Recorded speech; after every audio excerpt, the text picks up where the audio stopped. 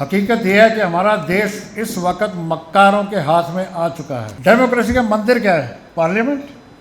Parliament के ऊपर क्या लिखा है? सत्यमेव जयते। किसी को सत्य मिलता है कहीं पे? अरे जो संविधान की शपथ लेके मुकर जाए तो वो मक्कार नहीं है तो क्या है? कि जब हम इतिहास को देखते हैं तो तीन नज़रिए से देख रहे हैं।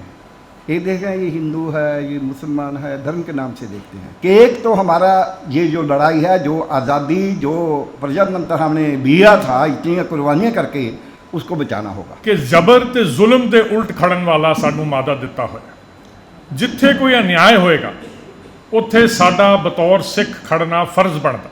और हुकूमत जिहड़ी है यही चाहती है कि डर और दहशत जिहड़ी है ये ਵਧਾਈ जाए, ਜਿਹਦੇ ਨਾਲ ਇਹ मैसेज जाए कि इत्थे एको ही रहेगा, एको ही रंग रहेगा, एको ही रंग रहेगा। देश में जिस तरह के हालात बने हुए हैं, जिस तरह की पोजीशन बनी हुई है, आपस में दिन ब दिन नफरत बढ़ती जा रही है, आपस में जो एक भाईचारा था वो एक तरह से उसका ताना बाना बिखरता हुआ नजर आ रहा है। कि जालिम के हाथ को पकड़ा जाए, मजलूम का साथ दिया जाए। ये तकसीम नहीं की जाती कि कौन किस धर्म से ताल्लुक़ रखता है, बल्कि एक जालिम है, एक मजलूम है। वो हालात हम सब के सामने हैं। जिन हालात से हम गुज़र रहे हैं, जिन हालात को हम फेस कर रहे हैं और जिन हालात में यहाँ की माइनॉरिटीज़ जी रही हैं, उनसे इस हाल में बैठे हुए सभी लोग बखूबी वाकिफ़ हैं कि वो मजलूम लोग जो सताए जा रहे हैं, जो मारे जा रहे हैं, जो पीटे जा रहे हैं, जिनको सताया जा रहा है, जिनके हकूक छीने जा रहे हैं, वो सब लोग एक प्लेटफार्म पर आए और जालिमों के हाथ को पकड़ने की कोशिश करें। किथे अंधी आस्था के पीछे असी अपना शिकार आप ही तो नहीं हो गए। लड़ाई तो शोषित और शासित दे विच है, धर्म की लड़ाई तो है ही नहीं। कि हम भी इंसान हैं, दूसरे डिग्निटी से रहते हैं, हम भी रहना चाहते हैं। आपका राज है, अब तो हमें ये दीजिए परमिशन। देश में जो चल रहा होता है, जो हालात हो रहे होते हैं, उसका असर देश के नागरिक पर पड़ता है। ये एक वाजिब चीज़ है और होना भी चाहिए, क्योंकि इंसान हर जो भी देश का नागरिक है उसमें पॉलिटिकल चेंजेस हों, इकोनॉमिकल चेंजेस हों और जिस तरह का वातावरण हो उसका असर पड़ता है। ऐसे में जब एक सरकार जिसको कहा जा रहा है, जो एक बहुमत की सरकार हो गई, एक ताकतवर सरकार है, उसके अंडर जो माइनॉरिटीज़ हैं जिसको संविधान ने सुरक्षा प्रोवाइड की थी, अगर वो चिंतित है तो ये अपने आप में सवाल है। इस वक्त हम लोग पंजाब में हैं। पंजाब में कुछ बुद्धिजीवी, इंटेलेक्चुअल इसी समस्या को लेकर बात कर रहे हैं और समझने की कोशिश कर रहे हैं कि ये जो परेशानी हो रही है, जो प्रताड़ना हो रहा है, जो ये जानबूझकर या टारगेट किया जा रहा है माइनॉरिटीज़ को, भले ही सिख हो या मुसलमान हैं, वो किस तरह से किया जा रहा है और इससे निकलने का रास्ता क्या है। आइए चलते हैं, जानते हैं जो प्रोफेसर्स हैं, जो इंटेलेक्चुअल्स हैं, जो डिफरेंट ऑर्गेनाइजेशन से जुड़े हुए लोग हैं, वो इस मसले पर क्या बात कर रहे हैं। इस्लाम जिस चीज़ की तालीम हमें देता है वो हमें सिखाता है कि जालिम के हाथ को पकड़ा जाए, मजलूम का साथ दिया जाए। हमारे यहाँ ये तकसीम नहीं की जाती कि कौन किस धर्म से ताल्लुक़ रखता है, बल्कि एक जालिम है, एक मजलूम है। जालिम का हाथ पकड़ा जाएगा, मजलूम की मदद की जाएगी। कुरान मजीद इस बात की गवाही देता है। कुरान मजीद की एक सूरत है, सूरह अल-हुजरात, 49 नंबर सूरत है। उसमें अल्लाह ताला ने ये फरमाया है कि लोगो या युहन्नास, लोगो हमने तुमको एक मर्द और एक औरत से पैदा किया, फिर तुम्हारी कौमें और बिरादरियां बना दी ताकि तुम एक दूसरे को पहचानो। दर हकीकत अल्लाह के नज़दीक तुम में सबसे ज़्यादा इज्जत वाला वो है जो तुम्हारे अंदर सबसे ज़्यादा परहेजगार है। यकीनन अल्लाह सब कुछ जानने वाला और बाखबर है। काबिल एहतराम बुज़ुर्गों, और भाइयों, हिंदुस्तान के मौजूदा हालात पर मोहतरम अदीब साहब ने बहुत सारी बातें हमारे सामने रखी। वो हालात हम सब के सामने हैं, जिन हालात से हम गुज़र रहे हैं, जिन हालात को हम फेस कर रहे हैं और जिन हालात में यहाँ की माइनॉरिटीज़ जी रही हैं, उनसे इस हाल में बैठे हुए सभी लोग बखूबी वाकिफ़ हैं। बात इस बात की है कि अब हमें करना क्या चाहिए, इन हालात में हमारा लाहे अमल क्या हो, हमारा एक्शन प्लान क्या हो, हमें फील्ड में जाके क्या काम करना है। जमात इस्लामी हिंद पूरे मुल्क में ये कोशिश कर रही है कि वो मजलूम लोग जो सताए जा रहे हैं, जो मारे जा रहे हैं, जो पीटे जा रहे हैं, जिनको सताया जा रहा है, जिनके हकूक छीने जा रहे हैं, वो सब लोग एक प्लेटफार्म पर आए और जालिमों के हाथ को पकड़ने की कोशिश करें। इसीलिए जमात इस्लामी हिंद न सिर्फ पंजाब में बल्कि पूरे हिंदुस्तान में इसकी कोशिश कर रही है। बुजुर्गों और दोस्तों, अल्लामा इकबाल को आप सभी जानते होंगे। उन्होंने आज से तकरीबन 100 साल पहले एक बात कही थी। वो शेर मुझे अब याद आ रहा है, न समझोगे तो मिट जाओगे हिंदुस्तान वालों, न समझोगे तो मिट जाओगे हिंदुस्तान वालों, तुम्हारी दास्तां तक ना होगी दास्तानों में। मोहतरम हजरात, इन हालात में भी अगर हमने अकल के नाखून ना लिए, अगर हमने समझदारी से काम ना किया, इंटेलेक्चुअल लेवल पर, मास लेवल पर वो काम हमने ना किए जो हमें करने चाहिए, तो जैसा कि अदीब साहब ने इशारा किया कि वो वक्त भी आ सकते हैं, इससे ख़तरनाक वक्त आ सकते हैं। आज जो हालात पूरे हिंदुस्तान के बने हैं, मसाजिद के हालात से आप वाकिफ़ हैं, मदारिस के हालात से आप वाकिफ़ हैं, मॉब लिंचिंग से आप वाकिफ़ हैं। ये जो नए नए कवानीन, नए नए तरीक़ेकार अपनाए जा रहे हैं, लोगों को उनकी शहरियत को साबित करने के लिए, ये सब चीज़ों से हम वाकिफ़ हैं। मेरा मानना ये है और मैं ये समझता हूँ कि हम सबको इंटेलेक्चुअल लेवल पर बैठकर गौर व फिक्र करना चाहिए कि इसकी वजूहात क्या हैं। उसमें कुछ हमारी कमियां भी हो सकती हैं, हमें अपनी कमियों पर भी नज़र दौड़ानी चाहिए।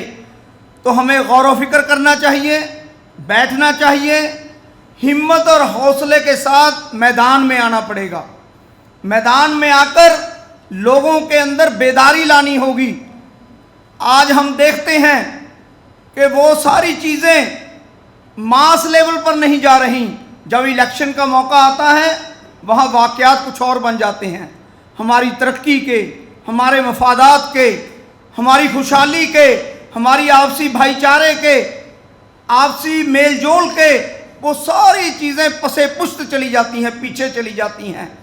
श्री गुरु तेग बहादुर जी की शहीदी दिवस हमें ये याद दिलाता है कि हमें अगर इस मिशन के लिए अपनी जान भी देनी पड़े तो हम जान देने के लिए भी तैयार हो जाएं। ये मिशन है श्री गुरु तेग बहादुर जी का कि उन्होंने लोगों को हकूक दिलवाने के लिए, लोगों के हकूक की पासबानी के लिए अपनी जान कुर्बान कर दी, हाकिम के आगे सर न झुकाया।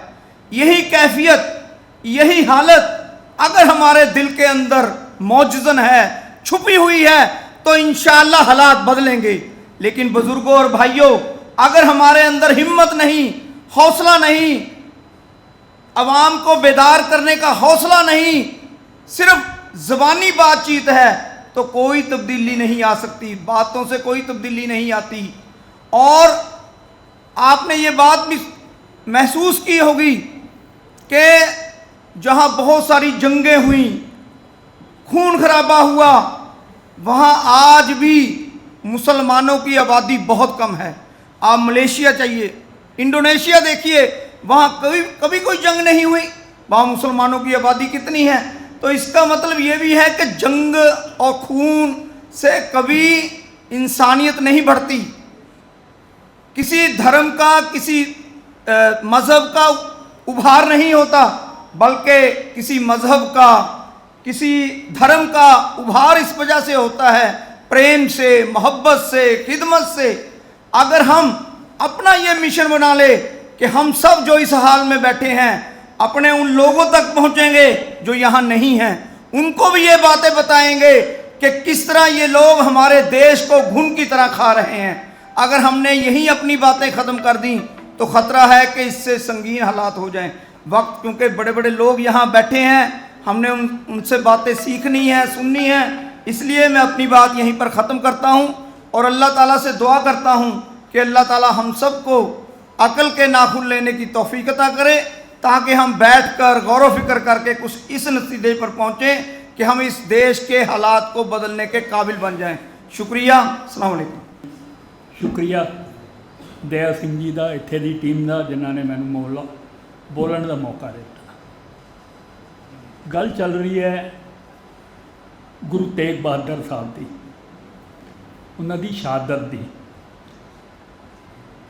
ਕਲੀਅਰ ਹੈ ਮਾਨਵਤਾ ਲਈ ਉਹਨਾਂ ਨੇ ਸ਼ਹੀਦੀ ਦਿੱਤੀ, ਇਹਦੇ 'ਚ ਕੋਈ ਡਾਊਟ ਹੈ ਹੀ ਨਹੀਂ।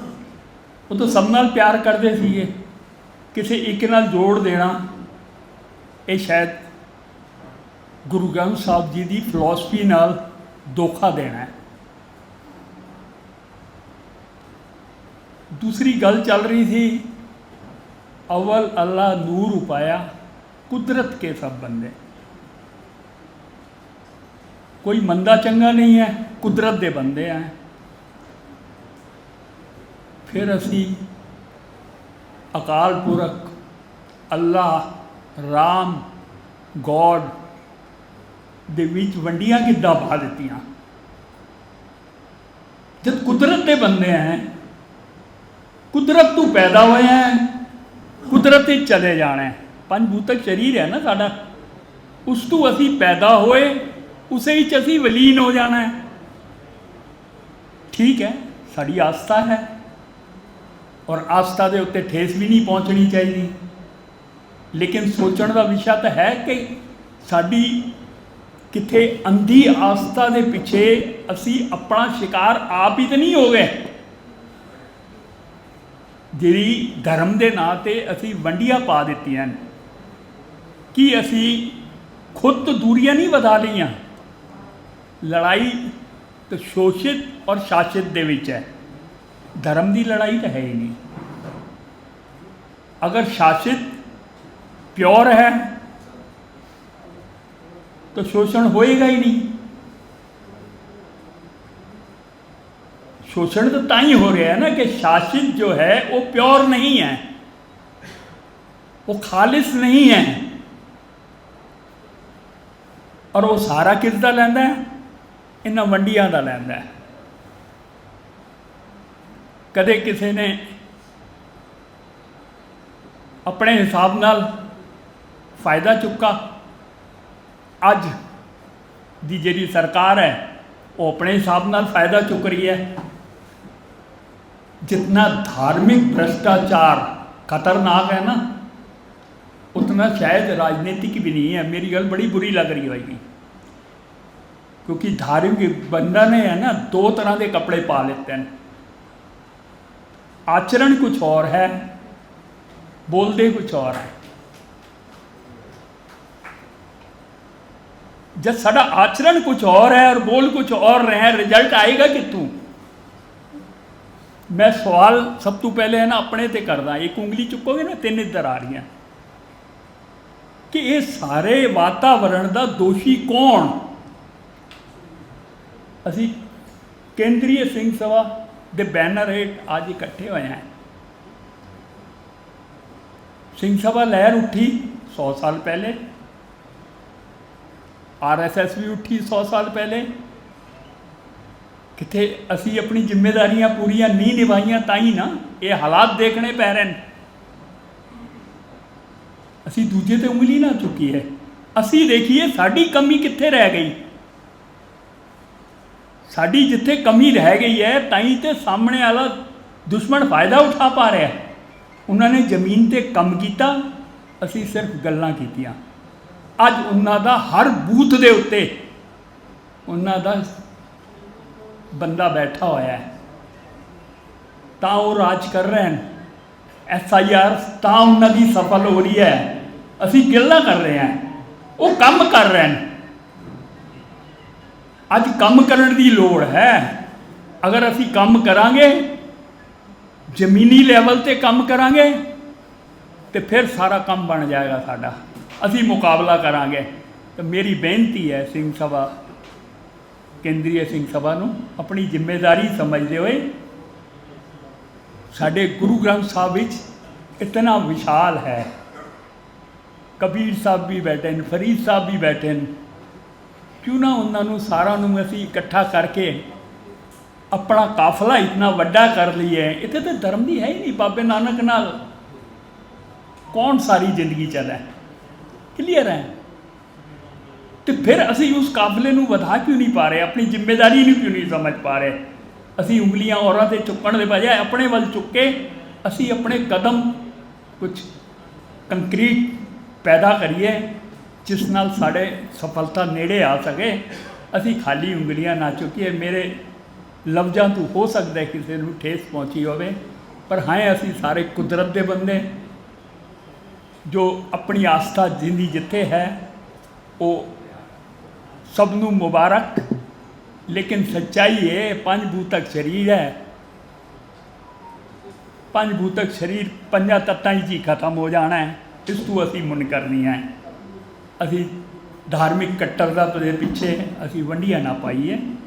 ਉਹਨੂੰ ਪਿਆਰ ਦਾ ਵਾਤਾਵਰਣ ਦੇ ਕੇ ਅਸੀਂ ਕੁਝ ਇਸ ਤਰ੍ਹਾਂ ਦਾ ਉਦਮ ਕਰੀਏ ਕਿ ਅਸੀਂ ਇੱਕ ਹੋ ਕੇ ਸੱਚਮੁੱਚ 350 ਸਾਲ ਪਹਿਲੇ ਜੋ ਸਾਡੇ ਗੁਰੂ ਸਾਹਿਬ ਨੇ, ਗੁਰੂ ਤੇਗ ਬਹਾਦਰ ਸਾਹਿਬ ਨੇ ਮਾਨਵਤਾ ਦੀ ਲਾਜ ਰੱਖੀ ਸੀ, ਸ਼ਾਇਦ ਅਸੀਂ ਰੱਖ ਪਾਈਏ।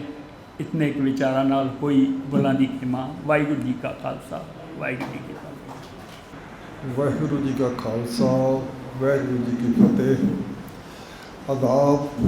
ਬਾਹਰੋਂ ਆਏ ਸਾਡੇ ਸੱਜਣ, ਉਹਨਾਂ ਸਾਰਿਆਂ ਜਨਰਲ ਸਾਹਿਬ ਦਾ, ਬਾਕੀ ਸਾਰੇ ਸੱਜਣ ਮਲੇਰਕੋਟਲਾ ਤੋਂ ਆਏ ਆ, ਆਦਾਬ ਸਾਰਿਆਂ ਦਾ।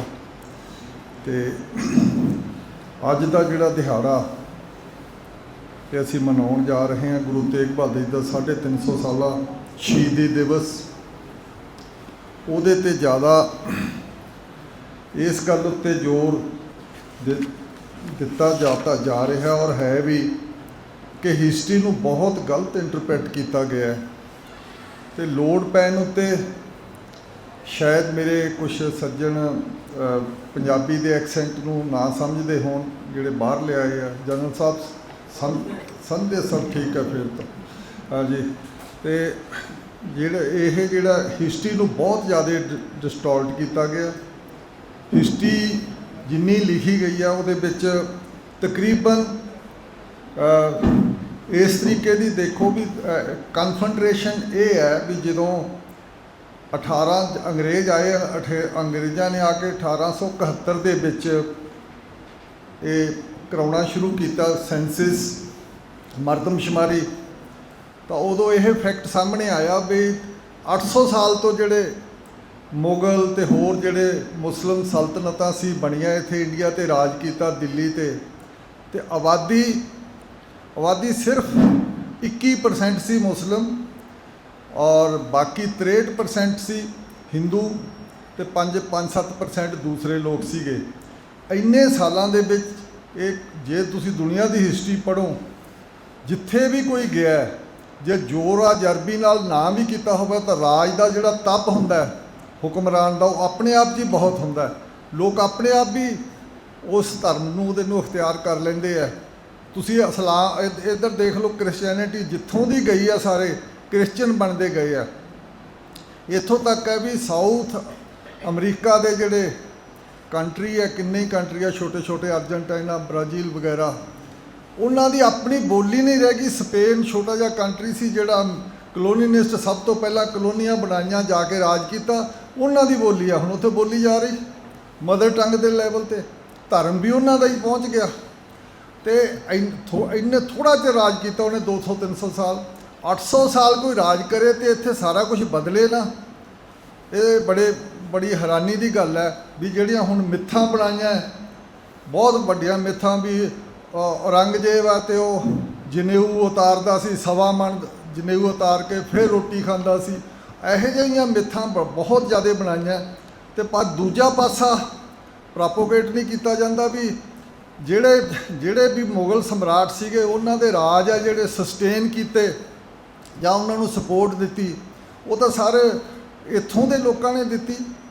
ਇੱਥੋਂ ਦੇ ਲੋਕਾਂ ਨੇ ਆਪਾਂ ਨੂੰ ਡੋਲੇ ਦਿੱਤੇ, ਇਹ ਸਾਰੇ ਇੱਥੋਂ ਦੇ ਹੀ ਸੀ ਸਾਰੇ। ਜਿਹੜੇ ਕਿਸੇ ਦਾ ਆਪਾਂ ਹੁਣ ਨਾ ਜਾਤੀ ਤੌਰ ਤੇ ਲਈਏ ਨਾ, ਉਹ ਇੱਥੋਂ ਦੇ ਲੋਕ ਸੀ ਤੇ ਸਾਂਝ ਉਹਨਾਂ ਦੀ ਸਾਰੇ ਜਿੰਨੇ ਦੀਵਾਨ ਹੋਏ ਆ ਇੱਥੇ ਨਵਾਬਸ਼ਾਹੀ ਪੰਜਾਬ ਤੋਂ ਲੈ ਕੇ ਤੇ ਸਾਰਾ ਦਿੱਲੀ ਤੱਕ ਉਹਨਾਂ ਦੇ ਦੀਵਾਨ ਸਾਰੇ ਹਿੰਦੂ ਦੀਵਾਨ ਹੋਏ ਆ। ਕਾਸ਼ਤ ਇੱਕ ਕਲਾਸ ਆ ਜਿਹੜੀ ਸਾਰੀ ਅਕਾਊਂਟੈਂਟਸ ਸਾਰੀਆਂ ਉਹਨਾਂ ਕੋਲੇ ਹਿਸਾਬ ਕਿਤਾਬ ਰਹੇ ਆ। ਕਿਸੇ ਵੇਲੇ ਵੀ ਕਦੇ ਹੈ ਨਹੀਂ ਹਿੰਦੂ ਦੀਵਾਨ ਰਿਹਾ ਉਹਨਾਂ ਦਾ ਸਾਰਾ, ਜਿਹੜੇ ਸਾਡੇ ਇੱਥੋਂ ਦੀ ਅਪਰ ਕਾਸਟ ਸੀ ਸਾਰੀ। ਇਹ ਸਾਰਾ ਝੂਠ ਜਿਹੜਾ ਇੰਨਾ ਫੈਲਾਇਆ ਗਿਆ, ਇਸ ਕਰਕੇ ਗੁਰੂ ਸਾਹਿਬ ਦੀ ਜਿਹੜੀ ਸ਼ਹੀਦੀ ਹੈ ਉਸ ਨੂੰ ਵੀ ਬਹੁਤ ਗਲਤ ਤਰੀਕੇ ਨਾਲ ਰੰਗਤ ਦਿੱਤੀ ਗਈ। ਇੰਨੀ ਗਲਤ ਤਰੀਕੇ ਨਾਲ ਰੰਗਤ ਦਿੱਤੀ ਗਈ ਵੀ ਇਹਨਾਂ ਨੂੰ ਲਤੀਫ ਦੇ ਰਿਕਾਰਡ ਦੇ ਹਿਸਟਰੀ ਦੇ ਵਿੱਚ ਤਾਂ ਇਹ ਹੈ ਜਿਹੜਾ ਮੁਹੰਮਦ ਲਤੀਫ ਲਿਖਦਾ, ਅੰਗਰੇਜ਼ਾਂ ਨੇ ਲਿਖਾਈ ਸੀ ਉਹ ਤੋਂ। ਉਹ ਉਸ ਵੇਲੇ ਕਹਿੰਦੇ ਜੀ ਉਹ ਪਹਿਲਾਂ ਤਾਂ ਗੁਰੂ ਸਾਹਿਬ ਨੂੰ ਡਾਕੂ ਲਿਖਦੇ ਆ ਵੀ ਉਹ ਡਾਕੂ ਸੀਗੇ। ਗੁਰੂ ਸਾਹਿਬ ਜਦੋਂ ਇੱਧਰ ਗਏ ਜੀ ਸਾਰੀ ਡਕੈਤੀ ਦਾ ਇਹ ਸਾਰਾ ਉਹਨਾਂ ਨੂੰ ਕਹਿੰਦੇ ਆ। ਫਿਰ ਉਹਨਾਂ ਨੂੰ ਇਸ ਤਰੀਕੇ ਨਾਲ ਸ੍ਰੀ ਗੁਰੂ ਗ੍ਰੰਥ ਸਾਹਿਬ ਜੀ ਦੇ ਕਾਨਫਰੰਸ ਹਾਲ ਵਿੱਚ ਇਕੱਤਰ ਹੋਏ ਭੈਣੋ ਭਾਈਓ, ਵਾਹਿਗੁਰੂ ਜੀ ਕਾ ਖਾਲਸਾ ਵਾਹਿਗੁਰੂ ਜੀ ਕੀ ਫਤਿਹ। ਅਸੀਂ ਗੁਰੂ ਤੇਗ ਬਹਾਦਰ ਸਾਹਿਬ ਜੀ ਦਾ 350 ਸਾਲਾ ਸ਼ਹੀਦੀ ਸਮਾਗਮ ਪਿਛਲੇ 11 ਮਹੀਨੇ ਤੋਂ ਵੱਖੋ ਵੱਖਰੀਆਂ ਥਾਵਾਂ ਉੱਤੇ ਮਨਾ ਰਹੇ ਹਾਂ। ਇਹਦੇ ਵਿੱਚ ਦਿਆ ਸਿੰਘ ਦਾ ਕਾਫੀ ਅਹਿਮ ਰੋਲ ਹੈ ਕਿ ਇਹਨਾਂ ਨੇ ਆਖਿਆ ਕਿ ਕਿਉਂ ਨਾ ਅਸੀਂ ਜਿਹੜਾ ਇੱਕ ਬਿਰਤਾਂਤ ਬਣਾਇਆ ਜਾ ਰਿਹਾ ਸਾਰੇ ਹਿੰਦੁਸਤਾਨ ਦੇ ਵਿੱਚ, ਖਾਸ ਕਰਕੇ ਪਿਛਲੇ 12-13 ਸਾਲਾਂ ਦੇ ਵਿੱਚ, ਕਿ ਇੱਕ ਖਾਸ ਫਿਰਕੇ ਨੂੰ ਟਾਰਗੇਟ ਕਰਕੇ ਰਾਜ ਚਲਾਉਣਾ। ਅਸੀਂ ਗੁਰੂ ਸਾਹਿਬ ਦਾ ਜਿਹੜਾ ਸਾਰਿਆਂ ਦਾ ਸਭੇ ਸਾਂਝੀ ਵਾਲ ਸਦਾਇਣ ਕੋਈ ਨਾ ਦਿਸੇ ਬਾਹਰਾ ਜਿਉ, ਕਿ ਅਸੀਂ ਇਸ ਨੂੰ ਕਿਵੇਂ ਪ੍ਰਚਾਰੀਏ। ਅਤੇ ਉਸ ਦੇ ਸੰਬੰਧ ਦੇ ਵਿੱਚ ਅਸੀਂ ਇਸਲਾਮਿਕ ਸੈਂਟਰ ਦੇ ਵਿੱਚ, ਦਿੱਲੀ ਦੇ ਵਿੱਚ, ਜੈਪੁਰ ਦੇ ਵਿੱਚ, ਪੂਨੇ ਦੇ ਵਿੱਚ, ਗੁੜਗਾਉਂ ਦੇ ਵਿੱਚ ਵੱਖੋ ਵੱਖਰੀਆਂ ਥਾਵਾਂ ਉੱਤੇ ਸਮਾਗਮ ਕੀਤੇ। ਅਤੇ ਇਹ ਸਮਾਗਮ ਹੁਣ ਅਸੀਂ ਆਪਣੇ ਕੇਂਦਰੀ ਸ੍ਰੀ ਗੁਰੂ ਸਿੰਘ ਸਭਾ ਦੇ ਵਿੱਚ ਕਰਨ ਜਾ ਰਹੇ ਹਾਂ। ਇਹਦੇ ਵਿੱਚ ਚੀਫ ਜਸਟਿਸ ਇਕਬਾਲ ਅੰਸਾਰੀ ਜੀ, ਮੁਹੰਮਦ ਅਦੀਬ ਜੀ, ਜਸਟਿਸ ਰਣਜੀਤ ਸਿੰਘ ਜੀ, ਇਹ ਵੀ ਤਕਰੀਬਨ ਸਾਰੇ ਫੰਕਸ਼ਨਾਂ ਦੇ ਵਿੱਚ ਸ਼ਾਮਲ ਹੁੰਦੇ ਰਹੇ ਨੇ। ਇੱਕ ਗੱਲ ਮੈਂ ਹੋਰ ਜਿਹੜੀ ਮੇਰੀ ਪਿਛਲੇ ਦਿਨਾਂ ਦੇ ਵਿੱਚ ਦਇਆ ਸਿੰਘ ਦੇ ਨਾਲ ਸੀ ਕਿ ਅਸੀਂ ਗੁਰੂ ਸਾਹਿਬ ਦੀ ਜਿਹੜੀ ਸ਼ਹਾਦਤ ਹੈ ਉਹਦੇ ਕਾਰਨਾਂ ਨੂੰ ਜੋ ਹੋਏ ਠੀਕ ਹੈ ਕਿ ਹੁਣ ਸ਼ਹਾਦਤ ਵੇਲੇ ਜਦੋਂ ਗੁਰੂ ਸਾਹਿਬ ਦੀ ਸ਼ਹਾਦਤ ਚਾਂਦਨੀ ਚੌਂਕ ਦੇ ਵਿੱਚ ਹੁੰਦੀ ਹੈ ਅਤੇ ਉਹਨਾਂ ਦੇ ਇੱਕ ਪਾਸੇ ਸੀਸ ਹੈ ਅਤੇ ਇੱਕ ਪਾਸੇ ਧੜ ਹੈ, ਅਤੇ ਸੀਸ ਨੂੰ ਲਿਆਉਣ ਵਾਲਾ ਕੌਣ ਹੈ ਅਤੇ ਰਸਤੇ ਦੇ ਵਿੱਚ ਜਿਹਨੂੰ ਮਿਲਦੇ ਨੇ, ਜਿਨ੍ਹਾਂ ਦੇ ਕੋਲ ਠਹਿਰਾਅ ਕਰਦੇ ਨੇ, ਉਹ ਕੌਣ ਨੇ, ਅਤੇ ਉਹਨਾਂ ਦਾ ਜਿਹੜਾ ਧੜ ਹੈ ਉਹਨਾਂ ਦਾ ਸੰਸਕਾਰ ਕੌਣ ਕਰਦਾ ਹੈ, ਕਿ ਅਸੀਂ ਇਸ ਗੱਲ ਨੂੰ ਸ਼ਾਮਲ ਕਰੀਏ ਤਾਂ ਕਿ ਜਿਹੜਾ ਹਿੰਦੂ ਕਿਹਾ ਜਾਂਦਾ ਇਸ ਨੂੰ ਤੋੜਿਆ ਜਾ ਸਕੇ। ਹੁਣ ਭਾਈ ਜੈਤਾ ਜੀ ਜਿਹੜੇ ਜਿਨ੍ਹਾਂ ਨੂੰ ਦਲਿਤ ਕਹਿ ਲਓ, ਅਵਰਨ ਕਹਿ ਲਓ, ਆਊਟਕਾਸਟ ਕਹਿ ਲਓ, ਕਿ ਉਹ ਗੁਰੂ ਸਾਹਿਬ ਦਾ ਸੀਸ ਲੈ ਕੇ ਤੁਰਦੇ ਨੇ। ਅਤੇ ਹੁਣ ਖੁਸ਼ਹਾਲ ਸਿੰਘ ਨੇ ਗੱਲ ਕੀਤੀ ਹੈ ਕਿ ਪਹਿਲਾਂ ਬਾਗਵਤ ਖੜ੍ਹਦੇ ਆਉਂਦੇ ਨੇ, ਉੱਥੇ ਬਹਾਊਦੀਨ ਦੀ ਦਰਗਾਹ ਦੇ ਉੱਤੇ ਮਿਲਦੇ ਨੇ, ਅਤੇ ਉਹ ਕਹਿੰਦੇ ਨੇ ਕਿ ਹੋ ਸਕਦਾ ਜਿਹੜੀ ਕੋਈ ਜਸੂਸ ਨੇ ਇੱਥੇ ਤੁਹਾਨੂੰ ਨੁਕਸਾਨ ਹੋ ਸਕਦਾ, ਤੇ ਉਹ ਕਿਸ਼ਨਪਾਲ ਦੇ ਘਰ ਭੇਜ ਦਿੰਦੇ ਨੇ। ਕਿਸ਼ਨ ਮਤਲਬ ਹੁਣ ਦੋ, ਇੱਕ ਪਾਸੇ ਉਹਨਾਂ ਦਾ ਆਉਣਾ ਬਹਾਉਦੀਨ ਪੀਰ ਦੇ ਕੋਲ ਤੇ ਰਾਤ ਠਹਿਰਨਾ ਕਿਸ਼ਨਪਾਲ ਦੇ ਕੋਲ। ਤਰਾਵੜੀ ਆਉਣਾ ਉਹਨਾਂ ਦਾ ਕਿਲੇ ਦੇ ਕੋਲ ਦਰਗਾਹ ਦੇ ਪੀਰ ਦੇ ਕੋਲ, ਤੇ ਰਾਤ ਨੂੰ ਠਹਿਰਨਾ ਦਇਆ ਰਾਮ ਧੋਬੀ ਦੇ ਘਰ। ਤੀਜਾ ਜਦੋਂ ਆਉਂਦੇ ਨੇ ਅੰਬਾਲੇ ਦੇ ਕੋਲ ਮਿਹਰ ਧੂਮੀਆਂ ਦੇ ਕੋਲ ਫਕੀਰ ਨੇ, ਉਹਦੇ ਕੋਲ ਆਉਂਦੇ ਨੇ ਕਿ ਉਹ ਕਹਿੰਦੇ ਨੇ ਕਿ ਰਾਮਦੇਵ ਜਲਾਹੇ ਦੇ ਕੋਲ ਘਰ ਜਾ ਕੇ ਠਹਿਰੋ। ਤੇ ਚੌਥੀ ਇੱਥੇ ਨਾਭੇ ਇੱਥੇ ਦਰਗਾਹੀ ਸ਼ਾਹ ਦੇ ਕੋਲ ਆਉਂਦੇ ਨੇ। ਹੁਣ ਕੰਬੀਨੇਸ਼ਨ ਦੇਖੋ ਕਿ ਇੱਕ ਪਾਸੇ ਇਸਲਾਮਿਕ ਵੱਡੇ ਵੱਡੇ ਜਿਹੜੇ ਪੀਰ ਨੇ ਉਹਨਾਂ ਦੇ ਕੋਲ ਆਉਂਦੇ ਨੇ ਤੇ ਠਹਿਰਦੇ ਨੇ ਸੋ ਕਾਲਡ ਦਲਿਤਾਂ ਦੇ ਕੋਲ, ਥੱਲਿਆਂ ਦੇ ਕੋਲ। ਤੇ ਹੁਣ ਦੂਜੇ ਪਾਸੇ ਜਿਹੜਾ ਉਹਨਾਂ ਦਾ ਸੀਸ ਹੈ, ਧੜ ਹੈ, ਉਹਦਾ ਸੰਸਕਾਰ ਕਰਦੇ ਨੇ ਲੱਖੀ ਸ਼ਾਹ ਵਣਜਾਰਾ।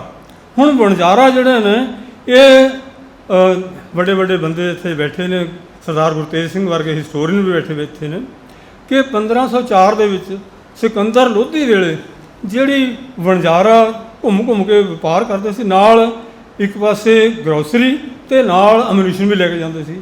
1504 ਤੋਂ ਸ਼ੁਰੂ ਹੋਏ ਤੇ ਬਹੁਤ ਵੱਡਾ ਲੱਖੀ ਸ਼ਾਹ ਜਿਹੜਾ ਸੀਗਾ ਉਹ ਬੰਦਾ ਸੀ, ਤੇ ਉਹਨੇ ਗੁਰੂ ਸਾਹਿਬ ਦਾ ਧੜ ਰਾਇਸੀਨਾ, ਜਿੱਥੇ ਅੱਜ ਕੱਲ੍ਹ ਰਕਾਬਗੰਜ ਤੇ ਰਾਸ਼ਟਰਪਤੀ ਭਵਨ ਹੈ, ਉੱਥੇ ਉਹਦਾ ਸੰਸਕਾਰ ਕੀਤਾ। ਹੁਣ ਇਹ ਦੋਨੋਂ ਧਿਰਾਂ ਮੈਂ ਤਾਂ ਦੱਸ ਰਿਹਾ ਕਿ ਜਦੋਂ ਅਸੀਂ ਸਿੱਖਾਂ ਨੂੰ ਮਿਨੋਰਟੀ ਬੋਲਦੇ, ਮਿਨੋਰਟੀ ਨੂੰ ਕਿਵੇਂ ਅਸੀਂ ਜਿਹੜੀ ਮੈਜੋਰਟੀ ਵਿੱਚ ਲੈ ਕੇ ਜਾਣਾ ਹੈ। ਹੁਣ ਇਸੇ ਜਗ੍ਹਾ ਉੱਤੇ ਸਿੱਖ ਕਨਵੀਲੇਸ਼ਨ ਨੇ ਕਿਤਾਬ ਛਾਪੀ ਸੀ, ਭੁੱਲੇ ਵਿਸਰੇ ਨਾਨਕਪੰਥੀ। ਉਹਦੇ ਵਿੱਚ ਤਕਰੀਬਨ 5 ਕਰੋੜ ਵਣਜਾਰੇ ਨੇ ਸਾਰੇ ਦੱਖਣ ਦੇ ਵਿੱਚ। ਅਸੀਂ ਵੀ ਬਹੁਤ ਸਾਰੀਆਂ ਥਾਵਾਂ 'ਤੇ ਜਾ ਕੇ ਆਏ ਉਹਨਾਂ ਦੇ ਕੋਲ। 4 ਕਰੋੜ ਦੇ ਲਾਗੇ ਜਿਹੜੇ ਨੇ ਸਿਖਲੀਗਰ ਨੇ, ਤੇ 1 ਕਰੋੜ ਦੇ ਲਾਗੇ ਸਤਨਾਮੀਏ ਜਿਹੜੇ ਨੇ। ਹੁਣ 10 ਕਰੋੜ ਦੇ ਲਾਗੇ ਇਹ ਬੰਦੇ, ਤੇ ਅਸੀਂ ਜਦੋਂ ਇਸ ਨੂੰ ਤੋੜਾਂਗੇ ਫਿਰ ਜਿਹੜਾ ਦਲਿਤ ਕਹਿ ਕੇ ਅਸੀਂ ਇਸ ਨੂੰ ਕਿਵੇਂ ਅੱਗੇ ਲੈ ਕੇ ਜਾਣਾ ਹੈ, ਤਾਂ ਕਿ ਜਿਹੜਾ ਹਿੰਦੂ ਸਿਸਟਮ ਨੇ ਮੈਜੋਰਟੀ ਵਾਲਾ ਆਪਣਾ ਕੰਮ ਕੀਤਾ ਹੋਇਆ ਉਹਨੂੰ ਤੋੜਨ ਵਾਸਤੇ ਸਾਨੂੰ ਇਹ ਸਾਰਾ ਕੁਝ ਕਰਨਾ ਪੈਣਾ, ਇਕੱਠੇ ਹੋ ਕੇ ਕਰਨਾ ਪੈਣਾ ਹੈ। ਜੋ ਤੱਕ ਅਸੀਂ ਇਹਨੂੰ ਨਹੀਂ ਕਰਾਂਗੇ ਉਦੋਂ ਤੱਕ ਉਸ ਰੁਕਾਵਟ ਨੂੰ ਤੋੜ ਕੇ ਅੱਗੇ ਨਹੀਂ ਵਧਿਆ ਜਾ ਸਕਦਾ। ਕਿਉਂਕਿ ਤੀਜੇ ਪਾਤਸ਼ਾਹ ਬਿਆਨ ਕਰਦੇ ਨੇ ਕਿ ਜਗਤ ਜਲੰਦਾ ਰੱਖ ਲੈ ਆਪਣੀ ਕਿਰਪਾ ਧਾਰ, ਜਿੱਤ ਦੁਆਰੇ ਉਭਰ ਲੈ ਤੇਤੇ ਲਿਹੋ ਉਬਾਰ। ਗੁਰੂ ਨਾਨਕ ਸਾਹਿਬ ਨਹੀਂ ਕਹਿੰਦੇ ਕਿ ਮੇਰੇ ਰਸਤੇ 'ਤੇ ਚੱਲੋ, ਕਿ ਜਿਹੜੇ ਤਰੀਕੇ ਦੇ ਨਾਲ ਵੀ ਇਨਸਾਨ ਆਪਣੀ ਉਚਾਈ 'ਤੇ ਪਹੁੰਚ ਸਕਦਾ ਉਹ ਸਾਨੂੰ ਕਬੂਲ ਹੈ। ਇਸੇ ਕਰਕੇ ਫਰੀਦ ਸਾਹਿਬ ਦਾ ਕਿ ਫਰੀਦਾ ਬੇਨਵਾਜਾ ਕੁੱਤਿਆ ਇਹ ਨਾ ਭਲੀ ਰੀਤ, ਕਬੂ ਚੱਲਣਾ ਆਇਓ ਪੰਜੇ ਵਕਤ ਮਸੀਤ। ਸਾਨੂੰ ਇਹ ਗੱਲਾਂ ਜਦੋਂ ਤੱਕ ਅਸੀਂ ਇਹਨਾਂ ਨੂੰ ਸਿਰਫ ਗੁਰੂ ਗ੍ਰੰਥ ਸਾਹਿਬ ਨੂੰ ਮੱਥਾ ਟੇਕ ਕੇ ਨਹੀਂ, ਸਾਨੂੰ ਇਹਨਾਂ ਗੱਲਾਂ ਉੱਤੇ ਪਹਿਰਾ ਦੇ ਕੇ ਫਿਰ ਅਸੀਂ ਅੱਗੇ ਵੱਧ ਸਕਦੇ ਹਾਂ। ਤੇ ਇੱਥੇ ਤੁਸੀਂ ਗੁਰੂ ਸਾਹਿਬ ਨੂੰ ਨਮਸਕਾਰ ਕਰਨ ਵਾਸਤੇ ਆਏ ਹਾਂ, ਉਹਦੇ ਨਕਸ਼ੇ ਕਦਮਾਂ ਉੱਤੇ ਅੱਗੇ ਸੁਸਾਇਟੀ ਨੂੰ ਚਲਾਉਣ ਵਾਸਤੇ ਆਏ ਹਾਂ। ਕਿਉਂਕਿ ਜਨਰਲ ਜਾਫਰੀ ਸਾਹਿਬ ਵੀ ਸਾਨੂੰ 2 ਵਾਰੀ ਮਿਲੇ ਸੀ। ਉਹ ਕਈ ਵਾਰੀ ਨਾ ਤੁਹਾਡੇ ਸਾਹਮਣੇ ਦੇਖ ਕੇ ਫਟਾਫਟ ਹੋ ਜਾਂਦਾ ਇਸ ਸਮਾਗਮ ਦੇ ਵਿੱਚ, ਕਿਉਂਕਿ ਪਹਿਲਾਂ ਅਸੀਂ ਇੰਟਰਫੇਸ ਨਾਂ ਰੱਖਿਆ ਸੀਗਾ ਇਸਦਾ। ਇਹਦੇ ਵਿੱਚ ਅਮਰੀਕਾ ਤੋਂ ਸਾਡੇ ਪੁਰਾਣੇ ਦੋਸਤ ਡਾਕਟਰ ਰਣਧੀਰ ਸਿੰਘ ਵੀ ਆਏ ਹੋਏ ਨੇ, ਤੇ ਪ੍ਰੋਫੈਸਰ ਬਹਾਦਰ ਸਿੰਘ। ਅਸੀਂ ਇਕੱਠਿਆਂ ਨੇ ਪਿਛਲੇ 40 ਸਾਲ ਤੋਂ ਵੀ ਜ਼ਿਆਦਾ ਸਮੇਂ ਤੋਂ ਭਾਈ ਕਨ੍ਹਈਆ ਜੀ ਮਿਸ਼ਨ ਤੋਰਿਆ ਹੋਇਆ। ਭਾਈ ਕਨ੍ਹਈਆ ਜੀ ਇੱਕ ਪਾਸੇ ਮੁਗਲਾਂ ਦੀ ਜਾਂ ਕਹਿ ਲਓ ਸਰਕਾਰ ਦੀ ਲੜਾਈ ਹੋ ਰਹੀ ਹੈ ਫੌਜ ਦੇ ਵਿੱਚ, ਤੇ ਦੂਜੇ ਪਾਸੇ ਭਾਈ ਕਨ੍ਹਈਆ ਜੰਗੇ ਮੈਦਾਨ ਦੇ ਵਿੱਚ ਭਾਵੇਂ ਕੋਈ ਹੈ ਉਹਨੂੰ ਸਾਰਿਆਂ ਨੂੰ ਜਾ ਕੇ ਪਾਣੀ ਪਿਆਉਂਦੇ ਨੇ, ਤੇ ਗੁਰੂ ਸਾਹਿਬ ਬਾਅਦ ਵਿੱਚ ਉਹ ਮੱਲਮ ਪੱਟੀ ਵੀ ਦਿੰਦੇ ਨੇ। ਜਿਹੜਾ ਰੈੱਡ ਕਰਾਸ ਹੈ ਬਹੁਤ ਬਾਅਦ ਦਾ ਕਨਸੈਪਟ ਹੈ, ਪਰ ਭਾਈ ਕਨ੍ਹਈਆ ਦਾ ਜਿਹੜਾ ਕਨਸੈਪਟ ਹੈ ਇਹ ਤਕਰੀਬਨ 1700 ਦੇ ਲਾਗੇ ਚਾਗੇ ਦਾ ਹੈ। ਇਸ ਕਰਕੇ ਸਾਨੂੰ ਜਿਹੜੇ ਗੁਰੂ ਦੀਆਂ ਗੱਲਾਂ ਦੇ ਨਾਲ ਕਿ ਸੰਸਾਰ ਨੂੰ ਕਿਵੇਂ ਇਕੱਠੇ ਰਹਿਣਾ ਸਿਖਾਉਣਾ ਹੈ, ਉਸ ਵਾਸਤੇ ਅਸੀਂ ਅਜਿਹੇ ਫੰਕਸ਼ਨ ਕਰਦੇ ਹਾਂ। ਇੰਨੀਆਂ ਗੱਲਾਂ ਦੇ ਨਾਲ ਤੁਹਾਡਾ ਸਾਰਿਆਂ ਦਾ ਬਹੁਤ ਸਾਰੇ ਗੁਰਮੇਜ ਸਿੰਘ ਵੀ ਆਏ ਨੇ, ਜੈਦੇਵ ਸਿੰਘ ਵੀ ਆਏ ਨੇ, ਗੁਰਪ੍ਰੀਤ ਸਿੰਘ ਬੈਠੇ ਨੇ, ਡਾਕਟਰ ਗੁਰਚਰਨ ਸਿੰਘ ਬੈਠੇ ਨੇ, ਘੁੰਮਣ ਸਾਹਿਬ ਬੈਠੇ ਨੇ, ਜਹੇਦਾਰ ਰਤਨਗੜ੍ਹ ਬੈਠੇ ਨੇ, ਬਹੁਤ ਸਾਰੇ ਬੰਦੇ, ਕਈਆਂ ਦਾ ਨਾਂ ਨਿਕਲ ਜਾਂਦਾ ਦਿਮਾਗ ਦੇ ਵਿੱਚੋਂ। ਇਸ ਕਰਕੇ ਮਾਫੀ ਚਾਹੁੰਦਾ ਅਤੇ ਸਾਰਿਆਂ ਦਾ ਜੀ ਆਇਆਂ ਨੂੰ ਬਹੁਤ ਵੈਲਕਮ, ਤਾਂ ਕਿ ਅਸੀਂ ਅੱਗੇ ਆਪਣੀ ਜਿਹੜੀ ਗੱਲ ਲੈ ਕੇ ਜਾ ਸਕੀਏ। ਵਾਹਿਗੁਰੂ ਜੀ ਕਾ ਖਾਲਸਾ, ਵਾਹਿਗुरु जी की फतेह। मैं सोच रहा था कौन सी भाषा में बात करूं। हिंदी मुझे इतनी अच्छी तरह से आती नहीं, उर्दू हमारे ज़माने में पढ़ाया नहीं जाता था, अंग्रेज़ी हमारे और आपके भी कई लोग नहीं समझ सकते, तो शायद ये मिश्रित भाषा, सात भाषा चलेगी, जिसको मैं भी अच्छी तरह से नहीं जानता, लेकिन कुछ बात आपसे हो जाएगी, आप भाव समझ जाएंगे। क्यों भाषा में कुछ नहीं होता, भाव ही होता है जो एक्सप्रेस करते हैं। मैंने भाषण सुना MP साहब का, अदीब जी का, बिल्कुल वजह फरमाया इन्होंने, बिल्कुल ठीक बातें की हैं जो हमारे भी मन में थी। जसपाल जी आपको बताएंगे कि एक समय जब ये हमारा एजिटेशन चल रहा था 83 में, तो दोनों संतों ने, संत जरनैल सिंह और संत हरचंद सिंह लौंगोवाल, उन्होंने मुझे चिट्ठियाँ दी थी 2 कि जाकर मुसलमान भाइयों से मिलो और उनसे कहो कि हम आपसे एक उम्मीद रखते हैं कि आप हमारे इस धर्म युद्ध में हमारा साथ देंगे। हम गए थे और मिले थे, जसपाल जी आपको बता देंगे, लेकिन उस वक्त माहौल ऐसा नहीं था। कुछ लोग कहते थे कि आपने आपके हरमंदिर में, वहाँ पर दरबार साहिब में जो म्यूज़ियम है, उसमें ऐसी ऐसी तस्वीरें लगा रखी हैं जिसमें मुसलमानों के जुल्म दिखाई देते हैं। तो मैंने उनको बताया था कि ये मुसलमानों के जुल्म नहीं है, हम इनको इस मुसलमान नहीं मानते। औरंगज़ेब को मैं पक्की तरह से जानता हूँ कि वो मुसलमान नहीं था। वो क्या था? वो एक राजा था जिसने अपने भाई मार दिए, जिसने अपना बाप मार दिया, जिसने अपनी बेटी को कत्ल कर दिया। अब उसको क्या मुसलमान कहेंगे? वो क्या, उसको कौन सा धर्म था उसका? कोई नहीं कह सकता। मैं थोड़ी बात अपनी थियोलॉजी की करना चाहता हूँ। हम एक अकाल पुरख को मानते हैं। हमारी स्क्रिप्चर जो शुरू होती है वो न्यूमरल से शुरू होती है। कोई ऐसी और किताब नहीं है संसार में जो न्यूमरल से शुरू होती है। ये एम्फेसाइज करने के लिए है कि परमात्मा एक है, अकाल पुरख एक है। अल्लाह कहें, उसको कुछ कहें, उसके नाम अनेक हैं, लेकिन वो एक है। हमारा विश्वास है कि उसने ये सारे संसार को, सृष्टि को बनाने वाला वो है। हम जानते हैं, हम मानते हैं कि वो सारे संसार का, सारी सृष्टि का मालिक है। मालिक होने के नाते वो सॉवरेन है। हम किसी दूसरे को सॉवरेन नहीं मानते, हम उसी को मानते हैं। और उसका हुक्म क्या है? हुण हुक्म हुआ मेहरबान दा, पर कोई ना किसी रंजान दा। शहीद पंचम पातशाह फरमा रहे हैं कि अब से हुक्म ये है अकाल पुरख का कि कोई किसी के ऊपर जुल्म नहीं करेगा, कोई किसी को दबाएगा नहीं। ये हमारी फ़िलॉसफी है। हम कहाँ पर हैं, हमारा अमृतसर कहाँ पर है, आपने नोटिस करने के योग है आपके कि हमारा अमृतसर वहाँ पर है जहाँ पर ये हिंदी या इंडिक सिविलाइजेशन ख़त्म होती है और इस्लामिक सिविलाइजेशन शुरू होती है। हम बीच में आकर सबके पास भाईचारे के बीच भेजना चाहते थे, इधर भी और उधर भी। गुरु नानक के सबसे पुराने और सबसे साथ निभाने वाले साथी मर्दाना जी थे। उनके बारे में गुरु साहब ने क्या क्या फरमाया वो आपको बताने का समय नहीं है। तो ये जो है संसार, इसमें हम क्या चाहते हैं? गुरु ने हमें ये तौफीक बख्शी है, उन्होंने हमें ये हिम्मत दी है कि आप लोग अपने आप को इतना ऊंचा उठाएं कि उस परमात्मा का, उस अकाल पुरख का एक अंश बन जाए, उसी का रूप धार लें। और वो क्या है? वो सारे संसार का माँ है, बाप है। तू मेरा पिता, तू मेरा माता, तू मेरा बंधव, तू मेरा भ्राता, ये हमारी स्क्रिप्चर का आदेश है। तो हमें क्या करना है? जितने भी हमें जो जो दिशे, उनको हमने क्या समझना है?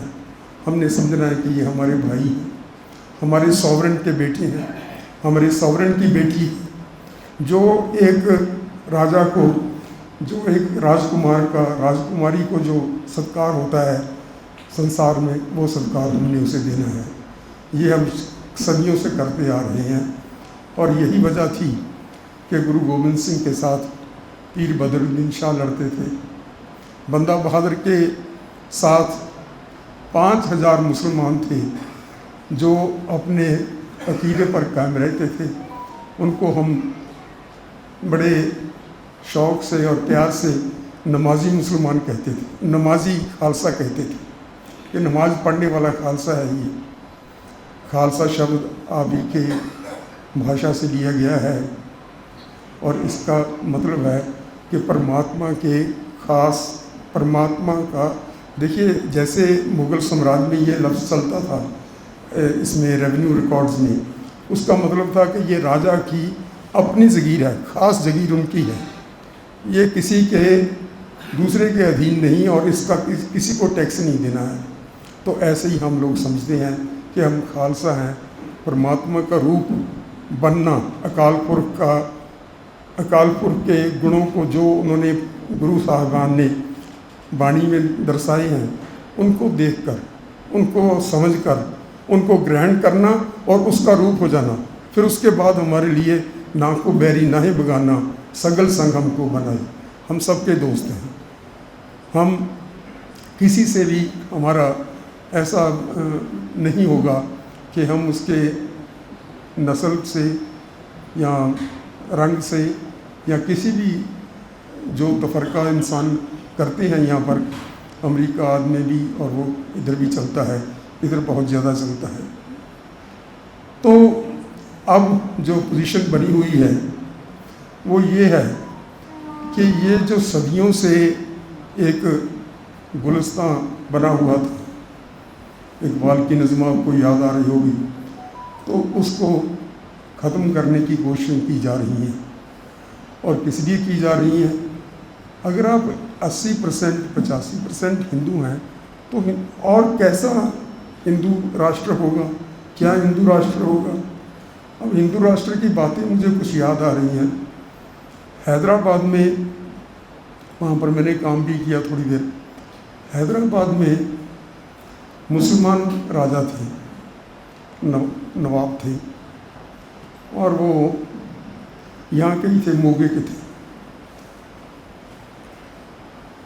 काफ़ी देर तक उनका राज रहा, लेकिन वहाँ पर तो 20% से ज़्यादा मुसलमान नहीं थे। जम्मू कश्मीर में सबसे कट्टर हिंदू राजा था और काफ़ी देर तक उन्होंने राज किया, उस राजवंश ने। आप देखिए कि कितने लोग वहाँ से मुसलमान बन गए। केरला में ट्रेवनकोर को चीन में देखिए, ट्रेवनकोर को चीन में क्या था कि वहाँ का राजा बहुत कट्टर था, जैसे इधर का था। आपने मलयाली मेमोरियल के बारे में सुना होगा, जिसमें क्या था कि औरतों को ये कमर से ऊपर कपड़े पहनने की इजाज़त नहीं थी। सब लोगों ने मिलके ये अंग्रेज़ी राज को एक मेमोरियल दिया, जिसको मलयाली मेमोरियल कहते हैं।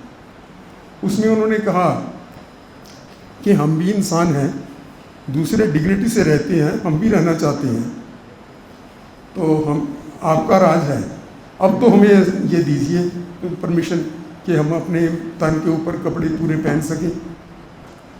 और जवाब क्या मिला कि हम तो 1857 में जो हमारा था, इनके साथ संधि हुई है, हमने इनके धर्म के अंदर दखल अंदाजी नहीं करनी, तो आप लोग ऐसे ही रहिए।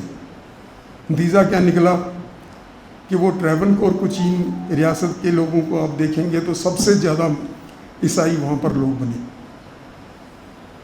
ये हिंदू राष्ट्र वापस लाना चाहते हैं। हिंदू राष्ट्र की कहते हैं कि मनुस्मृति के हिसाब से लाएंगे। मनुस्मृति में क्या है? शूद्र को पैसा रखने की इजाज़त नहीं, शूद्र के कोई अधिकार नहीं, शूद्र को गुलामी उसकी किस्मत है और सारी उम्र वो गुलाम रहेगा। चाहे वो उसको रिलीज़ भी कर दे उसका मालिक, तब भी वो गुलाम है, गुलाम ही रहेगा। ये उसमें प्रोविज़न है। कितने शूद्र इसको मानेंगे, कितने इसको मानने के लिए तैयार हैं? और अगर देखा जाए तो हम लोगों की तो शूद्र कहते थे वो। हम लोगों ने अपने जूते की नोक से उठाकर अपने आप को राजों के बराबर किया है, लेकिन वो उनकी निगाह में तो हम शूद्र ही हैं। कई बार मैं सुन चुका हूँ रणजीत सिंह के राज के बारे में कि शूद्रों का राज था, एक बार आ गया, अब दोबारा नहीं आना चाहिए। तो औरतों के बारे में क्या कहती हैं? इनको पढ़ाई लिखाई की ज़रूरत नहीं है, घर में काम करने की क्या ज़रूरत है पढ़ने की? ईरान में देखिए कितनी औरतें एजुकेटेड हैं। हमारे गुरु साहब का फरमान है कि बाल बिरद सब सोत पठावा, को अनपढ़ रहन न पावा। मैं बाल बच्चों से लेकर बुज़ुर्गों तक सबको पढ़ा दूंगा, कोई भी यहाँ पर अनपढ़ नहीं रहेगा। हमारा ज्ञान के ऊपर आधारित धर्म है, इसको कैसे छोड़ देंगे? फिर ब्राह्मण की सुपरमेसी, ब्राह्मण में क्या गुण है? गुण कोई ना हो। मनुस्मृति में साफ लिखा है कि चाहे वो कैसा भी हो, कैरेक्टर कैसा हो, चोर लफंगा कैसा भी हो, लेकिन वो चाहे बच्चा हो, वो लोगों का जो दूसरे आदमी हैं उनका बाप बनकर उसकी इज़्ज़त होनी चाहिए, जैसे बाप की इज़्ज़त करते हैं। ये कैसे संभव है इस संसार में, जबकि हम रैशनली देख चुके हैं सारा कुछ। तो मैं तो यही बेनती करूँगा कि जैसे उस समय 84 में, 84 में, 83 में हम लोग गए थे आप भाइयों के पास, कईयों को मिले थे, हैदराबाद में, मलेरकोटला में, दिल्ली में, कई जगह पर गए थे। वो सक्सेस नहीं हो सका, दोनों संत अब नहीं हैं, लेकिन ये सिलसिला तो चलता रहता है। दुनिया तो यहीं पर इसी उम्मीद पर ही कायम है कि आगे अच्छा समय आने वाला है। ऐसा नहीं जैसा ये लोग लाए हैं, लेकिन वो समय जिसमें हम सब भाई मिलकर रहेंगे, कोई किसी से दुख तकलीफ़ किसी को नहीं देगा, और जिसमें हम सब एक संविधान के अनुसार, जिसमें सबके हकूक़ बराबर हों, उसमें शमूलियत करेंगे, उस देश का हिस्सा रहेंगे जिसमें ये सारा कुछ होगा।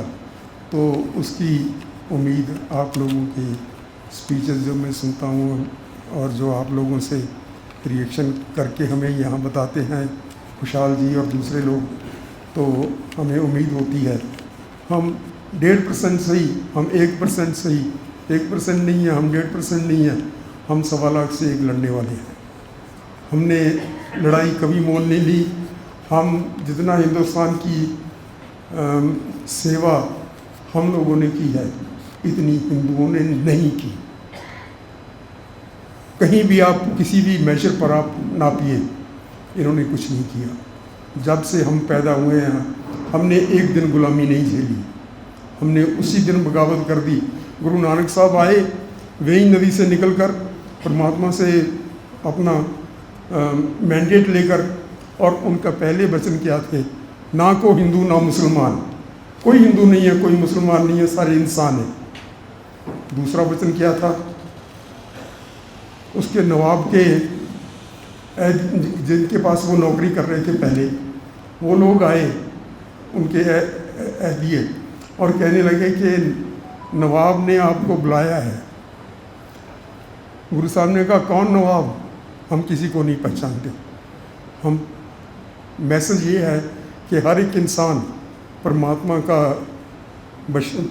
की सल्तनत का बाशिंदा है, सिर्फ उसका हुक्म मानने के लिए उसको ये सारा परमात्मा ने यहाँ पर भेजा है। हम लोग मानते हैं कि हम मनुष्यता की मनुष्य मात्र की सभी संसार की सेवा करने के लिए यहाँ पहुँचे हैं। ये सेवा के माध्यम से हमें अपना धर्म कमाना है। हम अपना धर्म कमा रहे हैं। आपको मंजूर होगा तो हम आपकी भी सेवा करेंगे। हिंदुस्तान की सेवा की है, इतनी सेवा की है जितनी सारे हिंदुओं ने मिलके नहीं की। मैं एक एक बात आपसे इसके बारे में करके बता सकता हूँ कि हमने क्या किया। 14-14, 17-17 आदमी आते थे और उनके बंगाल के ऊपर लक्ष्मण सेन का राज था, उन्होंने आके कब्जा कर लिया। 17 आदमियों ने, इनके पास किले थे, इनके पास पहाड़ थे, इनके पास राज थे। हजारों सालों से राजवंश चले आ रहे थे। ये मराठे और ये जो राजपूत थे, बड़े बड़े सूरमे, ये टूटे हुए कानों की तरह उनके सामने बिछ गए, हमलावरों के सामने। हम नहीं बिछे, हमारे पास कुछ नहीं था, ना पहाड़ थे, ना शहनशाही थी, ना कुछ था। हम तो गरीब लोग थे। जब पहले अमृत की बात चलती है, जिस दिन पहले दिन लोगों ने अमृत छका, उनमें उन्होंने गिनाया है कि कौन कौन थे।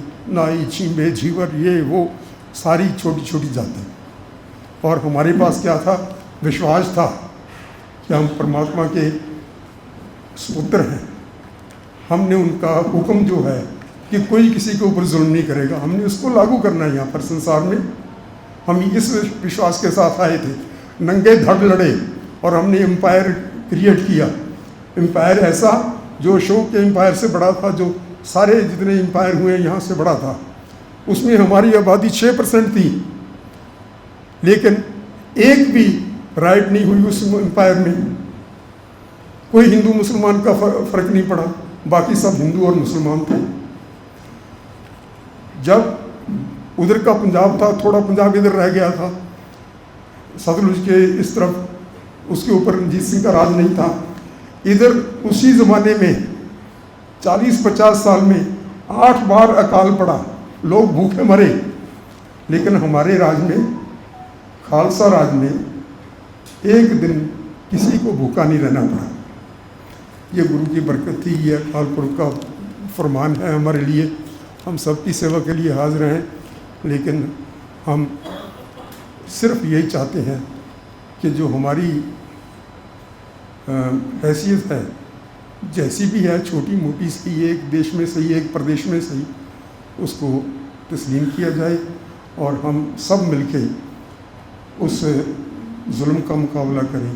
जैसे औरंगज़ेब के जुल्म का मुकाबला करते वक्त सब हिंदू, मुसलमान, सिख इकट्ठे थे, ऐसा फिर हो जाए तो MP साहब को भी कोई उम्मीद बने कि ऐसे मुल्क में नहीं हम जाएंगे। मेरी भी उम्र उतनी है तकरीबन कि जिसमें अन्याय व आंखों से देखना पड़े। वाहिगुरू जी का खालसा, वाहिगुरू जी। अस्सलाम वालेकुम and Sat Shri Akal to one and all. Sir issue ਵੱਡਾ ਤੁਸੀਂ ਮਿੰਟ ਦੇਣ ਦਿੱਤੇ, ਗੱਲ ठीक नहीं। एनीवे नाउ, हाँ जी, एक पुरानी कहावत, I am sure you all know that, नहीं तो मैं रिमाइंड करा दूँ। Unless the lion learns to write, every story will glorify the hunter. So शेरो, let us write our story. Story में भी झूठ होता है, तो let us write our facts या हकीकत। हकीकत क्या है? हकीकत यह है कि हमारा देश इस वक्त मक्कारों के हाथ में आ चुका है। मक्कार मैं क्यों कह रहा हूँ? हमारे दे क्लेम कि we are the largest democracy.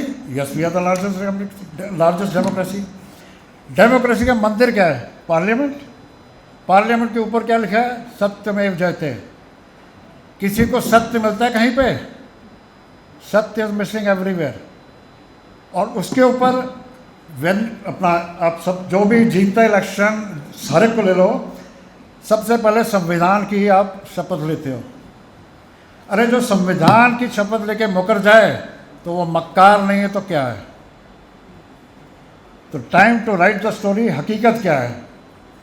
इस वक्त देश में जो अपना, चलो welcome straight away to the point, इस टाइम ह्यूमन राइट्स की बात हो रही है।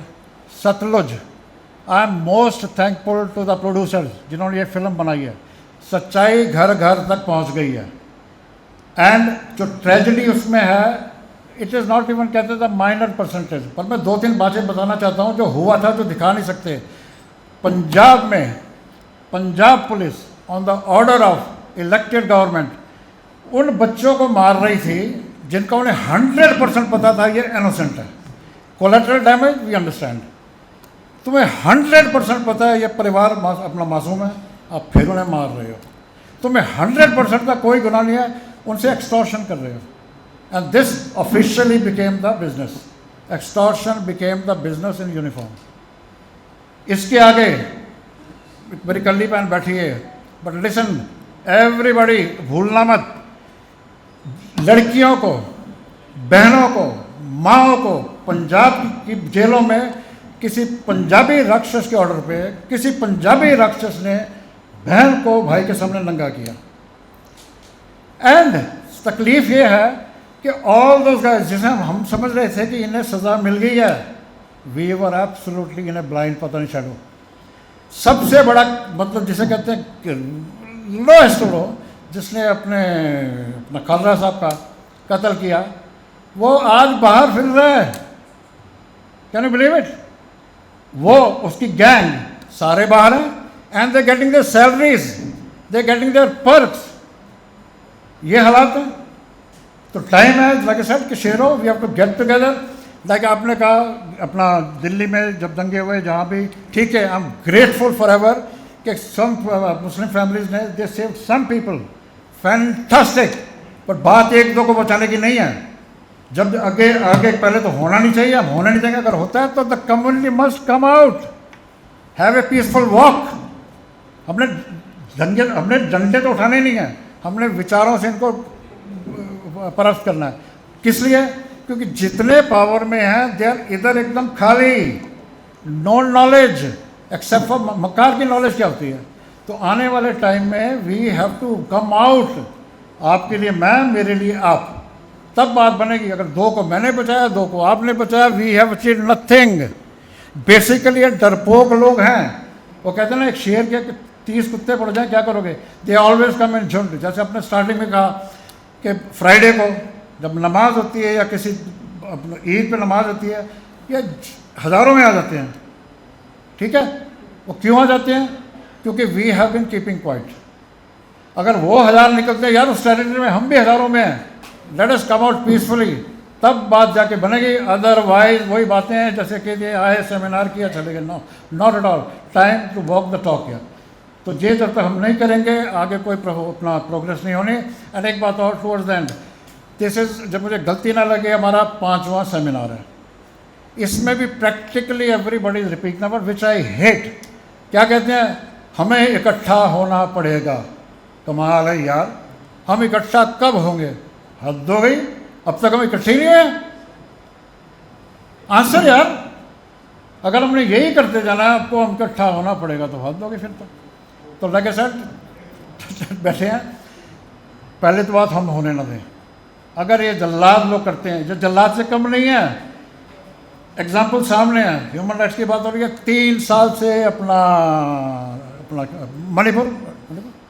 मणिपुर जल रहा है, ठीक है, and we have become immune to that. उसकी कोई बात ही नहीं कर रहा है। वहाँ पे भी लेट मी रिमाइंड यू, फौजियों की, the faujis who fought the Kargil, उनकी wives, they were paraded naked, they were fondled on the streets and they were killed. यार कोई असर ही नहीं है। अरे कब शर्म आएगी यार? ठीक नहीं है, बच्चे टाइम नहीं दे रहे हैं तो आई स्टॉप यार। बट कहने के बात है कि टाइम टू वेकअप, एंड जब तक हम नहीं चलेंगे बात नहीं बनेगी। वंस अगेन, नाराय तकबीर, वाहिगुरु जी का खालसा, जय हिंद। जय हिंद। समा सिर्फ 2 ਮਿੰਟ ਹੈਗਾ, ਪਹਿਲੋਂ 3 ਬੋਲ ਰਿਹਾ ਸੀ, ਮੈਂ 3 ਹੀ ਲਵਾਂਗਾ।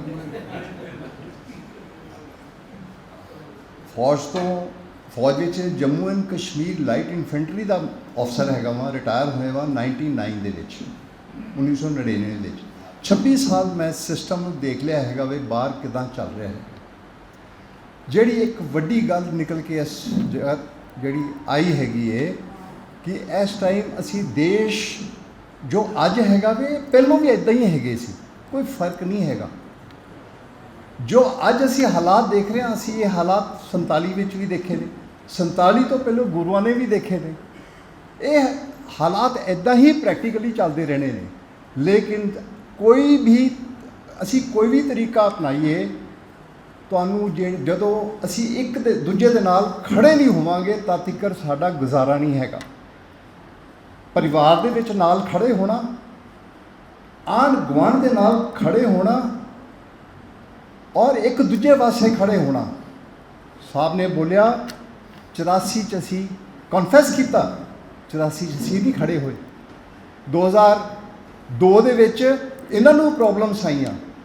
ਅੱਜ ਜੋ ਕੁਝ ਹੋ ਰਿਹਾ ਵੇ ਇਹ ਸਾਨੂੰ ਆਪ ਦਿਖਾਈ ਦੇ ਰਿਹਾ ਵੇ। ਜਦੋਂ ਸਤਲੁਜ ਦੀ ਕਹਾਣੀ ਦੱਸਨੇ ਹੈਗੀਆਂ ਲੋਕਾਂ ਨੂੰ, ਹੁਣ ਉਹਨਾਂ ਦੀਆਂ ਅੱਖਾਂ ਦਿਮਾਗ ਹੁਣ ਲੋਕਾਂ ਦੇ ਖੁੱਲ੍ਹ ਰਹੇ ਹੈਗੇ ਨੇ।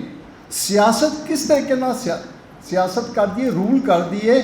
ਇਹਦਾ ਐਗਜ਼ਾਮਪਲ ਮੈਂ ਇੱਕ ਫਾਈਲ ਦੇ ਵਿੱਚ ਸਰ ਦੇ ਸਾਹਮਣੇ ਰੱਖਿਆ ਵੇ। ਮੈਂ 1989 ਦਾ ਇੱਕ ਕਿੱਸਾ ਸੁਣਾਉਣਾ ਵਾ, ਇੱਕ ਛੋਟਾ ਜਿਹਾ ਕਿੱਸਾ ਜਿਹਦੇ ਨਾਲ ਤੁਹਾਨੂੰ ਪਤਾ ਲੱਗਿਆ ਕਿ ਅੱਜ ਤੱਕ ਸਿਆਸਤ ਉੱਦਾਂ ਹੀ ਚੱਲ ਰਹੀ ਹੈਗੀ ਔਰ ਪਹਿਲਾਂ ਵੀ ਚੱਲਦੀ ਰਹੀ ਸੀ। ਇਵਨ 1947 ਦੇ ਵਿੱਚ ਸਾਡੇ ਦੇਸ਼ ਜਿਹੜੇ ਪਾਰਟੀਸ਼ਨ ਹੋਇਆ ਵੇ, it's all because of majority and minority, number of people, religion.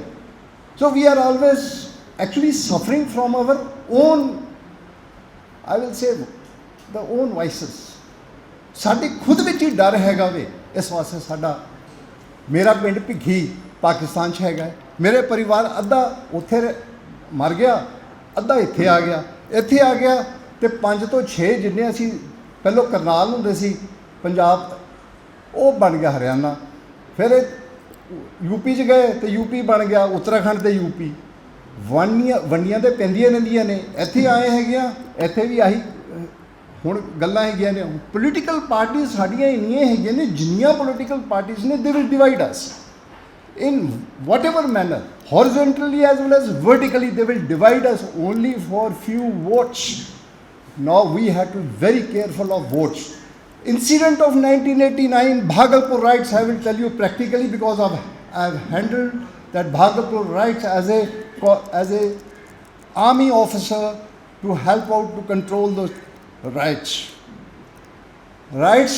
बगैर गोली चलाई असी कंट्रोल करती। सिर्फ एक ही काम किया सी, within 24 hours I told the CM of that time SN Singh Saab was there, remove one out of the 2 persons, Deputy Commissioner or SP, otherwise this riots can never stop. And it so happened that since he was from the Congress and the Deputy Commissioner was pro one political party, so he removed him. Riots immediately stopped. But now I'll tell you how the things work. The one party had only 2 votes in the parliament in 1989 elections. But suddenly after the general elections, 87 votes, 87 parliaments came of one particular political party.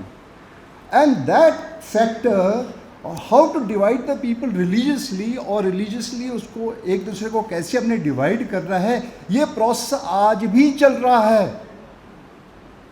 कल gang war कहीं से भी हो सकता है। Imagine Punjab ਦੇ ਵਿੱਚ प्रधानमंत्री आके कल इतने भाषण 'ਚ ਇਹ ਕਹਿ गए कि gang war can take place any time. मेरे एक फौजी ਦੇ ਹੋਣ ਦੇ ਨਾਤੇ ਮੇਰੇ ਉੱਤੇ ਡਰ ਪੈ ਗਿਆ यार, it again 84 can start. We are fearful. Now here I say, a simple one girl, Malika Begum of Bhagalpur riots, ਉਹਨੂੰ ਕੋਈ ਦੇਖਣ ਵਾਸਤੇ ਤੁਹਾਡੇ ਸੋਸਾਇਟੀ ਦੇ ਲੋਕ ਵੀ ਨਹੀਂ ਆਏ।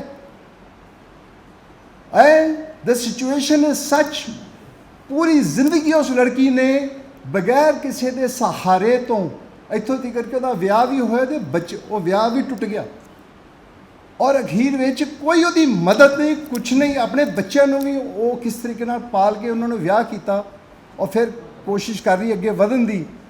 ਵਾਟ I am trying to say that within our own societies and our own religious people or own cultural people, so-called intellectuals, we do not care for simple people, those who are suffering.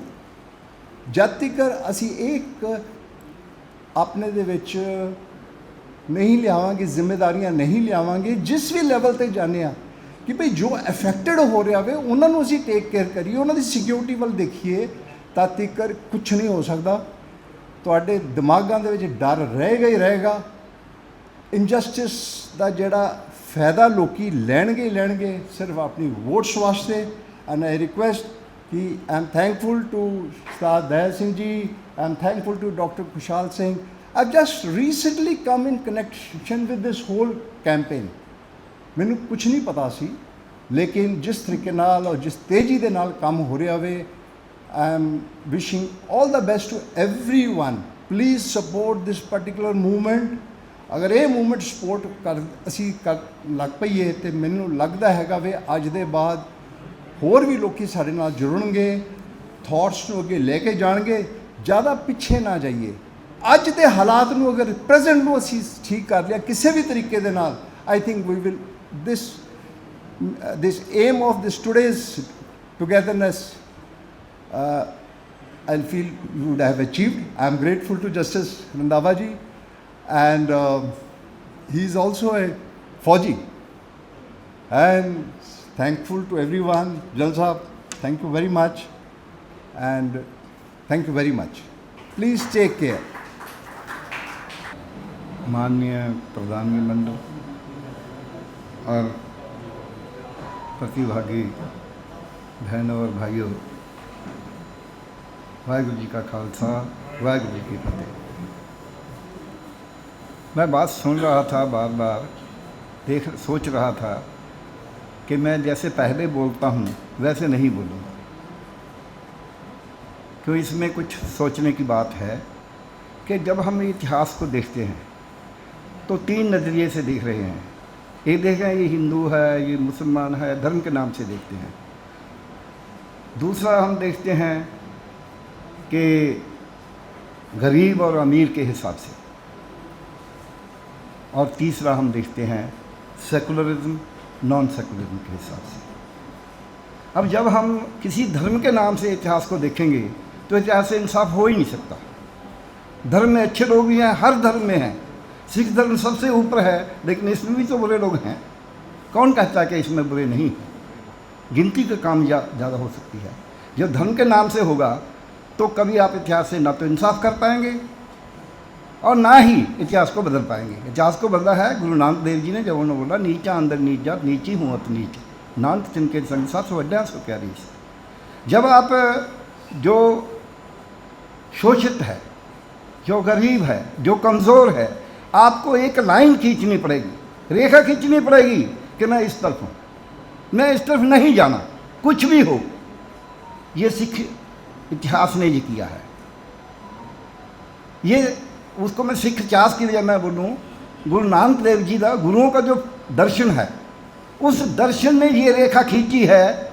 बाकी धर्म अच्छे हो सकते हैं, उनका सब में बहुत कुछ हो सकता है अच्छा, लेकिन जितनी बड़ी रेखा सिख दर्शन ने खींची है कि नहीं, हम तो इधर जाएंगे, इधर नहीं जाएंगे, कुछ भी। इसीलिए कोई हमारा जात नहीं है, कोई हमारा धर्म नहीं है। ये जो पूरी संपत्ति है ब्रह्मांड में, ये वो अकाल पुरुष की है, और उस अकाल पुरुष ने सभी को दी है। उसमें हर एक का, चाहे वो समुद्र सागर हैं, धरती है, काने हैं, दरिया हैं, जंगल हैं, सभी में हर एक का एक बराबर का हिस्सा है, भाग है उनका। जो उसको छीन रहा है उसके खिलाफ हम लड़ेंगे, और उसके लड़ने के लिए हमें ज्ञान प्राप्त करना होगा। इसलिए ज्ञान सबको प्राप्त करना होगा। ज्ञान प्राप्त करके हमें अमल करना होगा। अमल के बगैर तो ज्ञान का कोई फ़ायदा ही नहीं है, ना ही वो ज्ञान पूरा हो सकता, अधूरा रहेगा। तो इसलिए जब हम बोलते हैं कि जी मुग़लों ने कुछ नहीं किया, मुगल बादशाह थे, शासक, चाहे आज का मोदी साहब हैं, चाहे वो औरंगजेब था, चाहे जहांगीर था, शासक तो शासक है।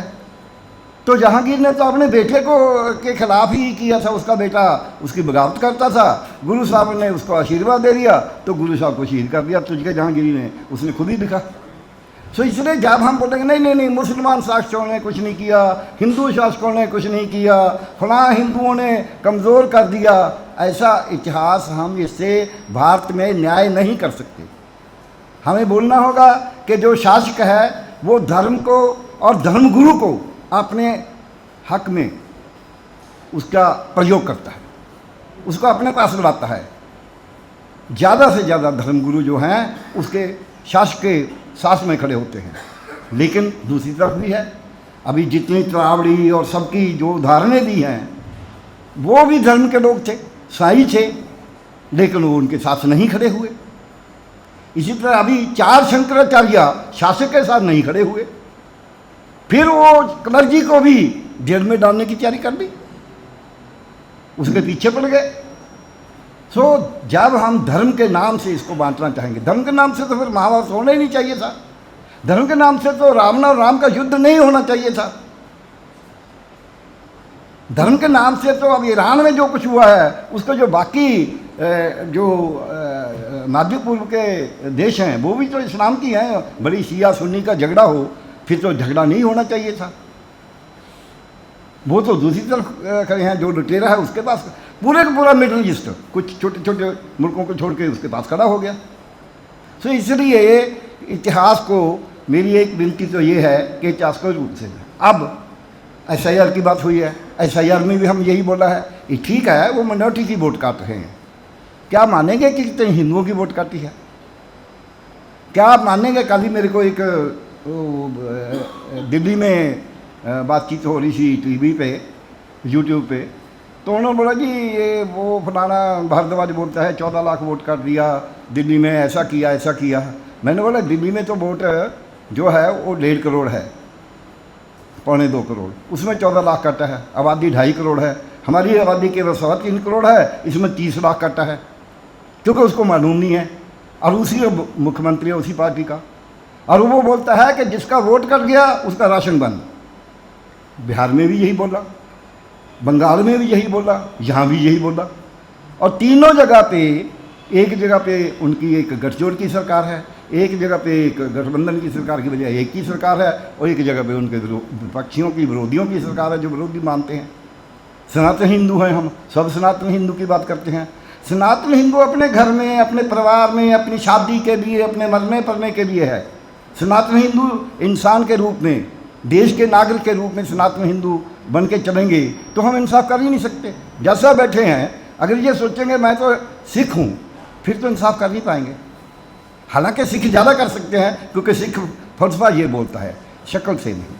अब जब हम धर्म की बात करते हैं तो हम धक्के से जो 33% दलितों के वादी है, जो सबसे ज़्यादा दबे कुचले हैं देश में और सदियों से दबे कुचले हैं, उनको मोदी साहब के साथ मिला रहे हैं। हम हिंदू बोलते हैं उनको, वो भी यही बोलते हैं। इसलिए हमें आज देखना होगा कि एक तो हमारा ये जो लड़ाई है, जो आज़ादी, जो प्रजातंत्र हमने दिया था इतनी कुर्बानियाँ करके, उसको बचाना होगा। उसको बचाने में उसका सबसे बड़ा फ़ायदा क्या हुआ था? केवल 2 फ़ायदे मैं आज तक गिनता हूँ। एक था कि हम दलित को सरकारी रूप में घृणा नहीं कर सकते थे। जिस दलित को कहीं किसी के साथ बैठ नहीं सकता था, स्कूल में, अस्पताल में, हम ये नहीं बोल सकते कि ये दलित है, ट्रेन में, बस में, कि भी ये दलित है मैं इसके साथ नहीं बैठूंगा, ये हम नहीं बोल सकते थे। गुरुद्वारे में तो ऐसा करती नहीं है दलितों के साथ, कहीं कहीं होगा लेकिन इतना तो बुरा हाल पे नहीं है। दूसरा हमें जो अधिकार मिला था, ये पहला अधिकार मोदी जी छीन है, और हम भी कई दफ़ा स्टेज पे जब हम हिंदू, मुसलमान, सिख, ईसाई की बात करते हैं हम दलित को छोड़ जाते हैं। दूसरा हमें अधिकार मिला था कि मत का अधिकार मिला था। वो जो मत का अधिकार था वो हमें मोदी साहब ने नहीं दिया, वो हमारे जो लोगों ने, स्वतंत्रता सेनानियों ने काले पानी में जेल काटी, फांसी झेली। जिन्होंने ये बोला जब ये गदरी बाबू को पकड़ा गया एक को फांसी हुई है तो बोलता है अच्छा आपने इतनी ही ताकत से और कुछ कर लेना था, जज साहब को बोलते हैं। दूसरे को आजीवन कारावास दिया तो बोलते हैं मेरे को फांसी क्यों नहीं दी। अब ये जो राज करने वाले हैं ये तो एक थोड़ा सा कट नहीं लगवा सकते अपनी एक उंगली पे। तो इसलिए हमें ये देखना होगा कि जो मत का अधिकार मिला था आज जानबूझ के छीना जा रहा है। अब सभी जो राजनीतिक दल हैं, सभी जो धार्मिक दल हैं, उसको बोलते हैं कि हमें माइनॉरिटी की वोट काटी जा रही है, इसका मतलब हम उनके पाले में खेल रहे हैं। यही तो बोलते हैं कि मुसलमान बोलता है जी बांग्लादेशी को आने दो, ईसाई बोलता है जी बर्मी को आने दो, हम बोलते हैं कि हम हिंदुस्तानी, हमारा वोट काटा जा रहा है। हाँ, उसमें माइनॉरिटी का ज़्यादा काटा जा रहा है, दलितों का ज़्यादा काटा जा रहा है, गाँव वालों का ज़्यादा काटा जा रहा है, महिलाओं का ज़्यादा काटा जा रहा है, आदिवासियों का ज़्यादा काटा जा रहा है, काटा जा रहा है। लेकिन जब हम एक बोलते हैं कि माइनॉरिटी का, मुसलमानों का, सिखों का काटा जा रहा है तो हम उनके पाले में जा रहे हैं। वही वो मानसिकता बनेगी, उनको ये बड़ा आसान हो जाता है ये बात कहना। इसी तरह ये जो हम बोलते हैं इतने हिंदू मार दिए, इतने सिख मार दिए, मारे तो इंसान है। पंजाब का जितना हुआ काला दौर उसमें तो पंजाबी मरे हैं ना, बड़ी वो सिख हो, हिंदू हो, उसको एक्सट्रीमिस्ट कह के मारा, कत्ल किया हो, उसको किसी पुलिस का इन्फॉर्मर कह के किया हो, उसको हिंदू कह के किया हो, उसको कामरेड कह के किया हो। तो लेकिन उसका आपसी अंदर में जो लड़ाई थी उसमें किया हो, उसको पुलिस वाला कह के किया हो, मरा तो पंजाबी है ना। तो पंजाब में गड़बड़ हुई है ना। तो इसलिए आज SIR के नाम से क्या हो रहा है, ना तो हमारे न्यायालय बोल रहे हैं, हमारे सर्वोच्च न्यायालय ने ये बोल दिया 3 जजों ने। मेरे को शर्म आती है जुडिशरी को ये कहने की वो माफ़ करना, भले मेरे को जो करना हो, कि यार क्या ये हमारा न्यायालय है जो बोलता है सब ठीक कर रहा है गणेश कुमार। अगर ठीक कर रहा है, मेरा उनसे एक प्रश्न है कि आपने 3 दफ़ा अंतरिम हुक्म किए हैं, वो अगर वो ठीक कर रहा तो आपको हुक्म करने की क्या जरूरत थी? क्या आपने अवैध हुक्म किए हैं? क्यों किए आपने हुक्म? अगर आपको हुक्म करने पड़े, वो बता ही नहीं रहा कि किसका वोट काटा है, आपको हुक्म करना पड़ा कि नहीं पर्ची वो वहाँ लगाओ, पंचायत में लगाओ, तो ये तो इसका मतलब ठीक काम नहीं कर रहा था। सो इसलिए मेरा दूसरा निवेदन ये है कि पूरी वोट जो कटी जा रही है, इसमें जो असली मुद्दा था ना तो सियासी दलों ने लिया, ना वहाँ न्यायालय ने लिया। पहला है कि आपने SIR करना है, उसने एक हाइप क्रिएट किया कि जी हम तो ये मृतकों को निकाल रहे हैं, हम तो डुप्लीकेट वोटर को निकाल रहे हैं, जो चले गए उनको निकाल रहे हैं, हम तो, लेकिन लोगों में हाइप ये क्रिएट किया हम तो बांग्लादेशियों को निकाल रहे हैं, हम तो म्यांमार के लोगों को निकाल रहे हैं। तो उसकी तो गिनती नहीं बताएंगे, लेकिन बहुत से लोग पिछले 23 साल में 2002 और 2003 का गिने तो 23 और 24 साल में कितने ही लोग गांव से शहर में चले गए, कितने ही लोग भाई भाई जुदा हो गए, उनके घर बदल गए, कितने ही गांव बड़े हो गए, वो बस्तियों में जा बसे, कितने ही शहरों में किराए पे रहते थे, उन्होंने किराए का मकान बदल लिया। अब हमारा सिस्टम इतना तो अच्छा नहीं है कि हर दफ़ा वोट का एड्रेस बदल जाए, अब उसको वोट काट रहे हैं।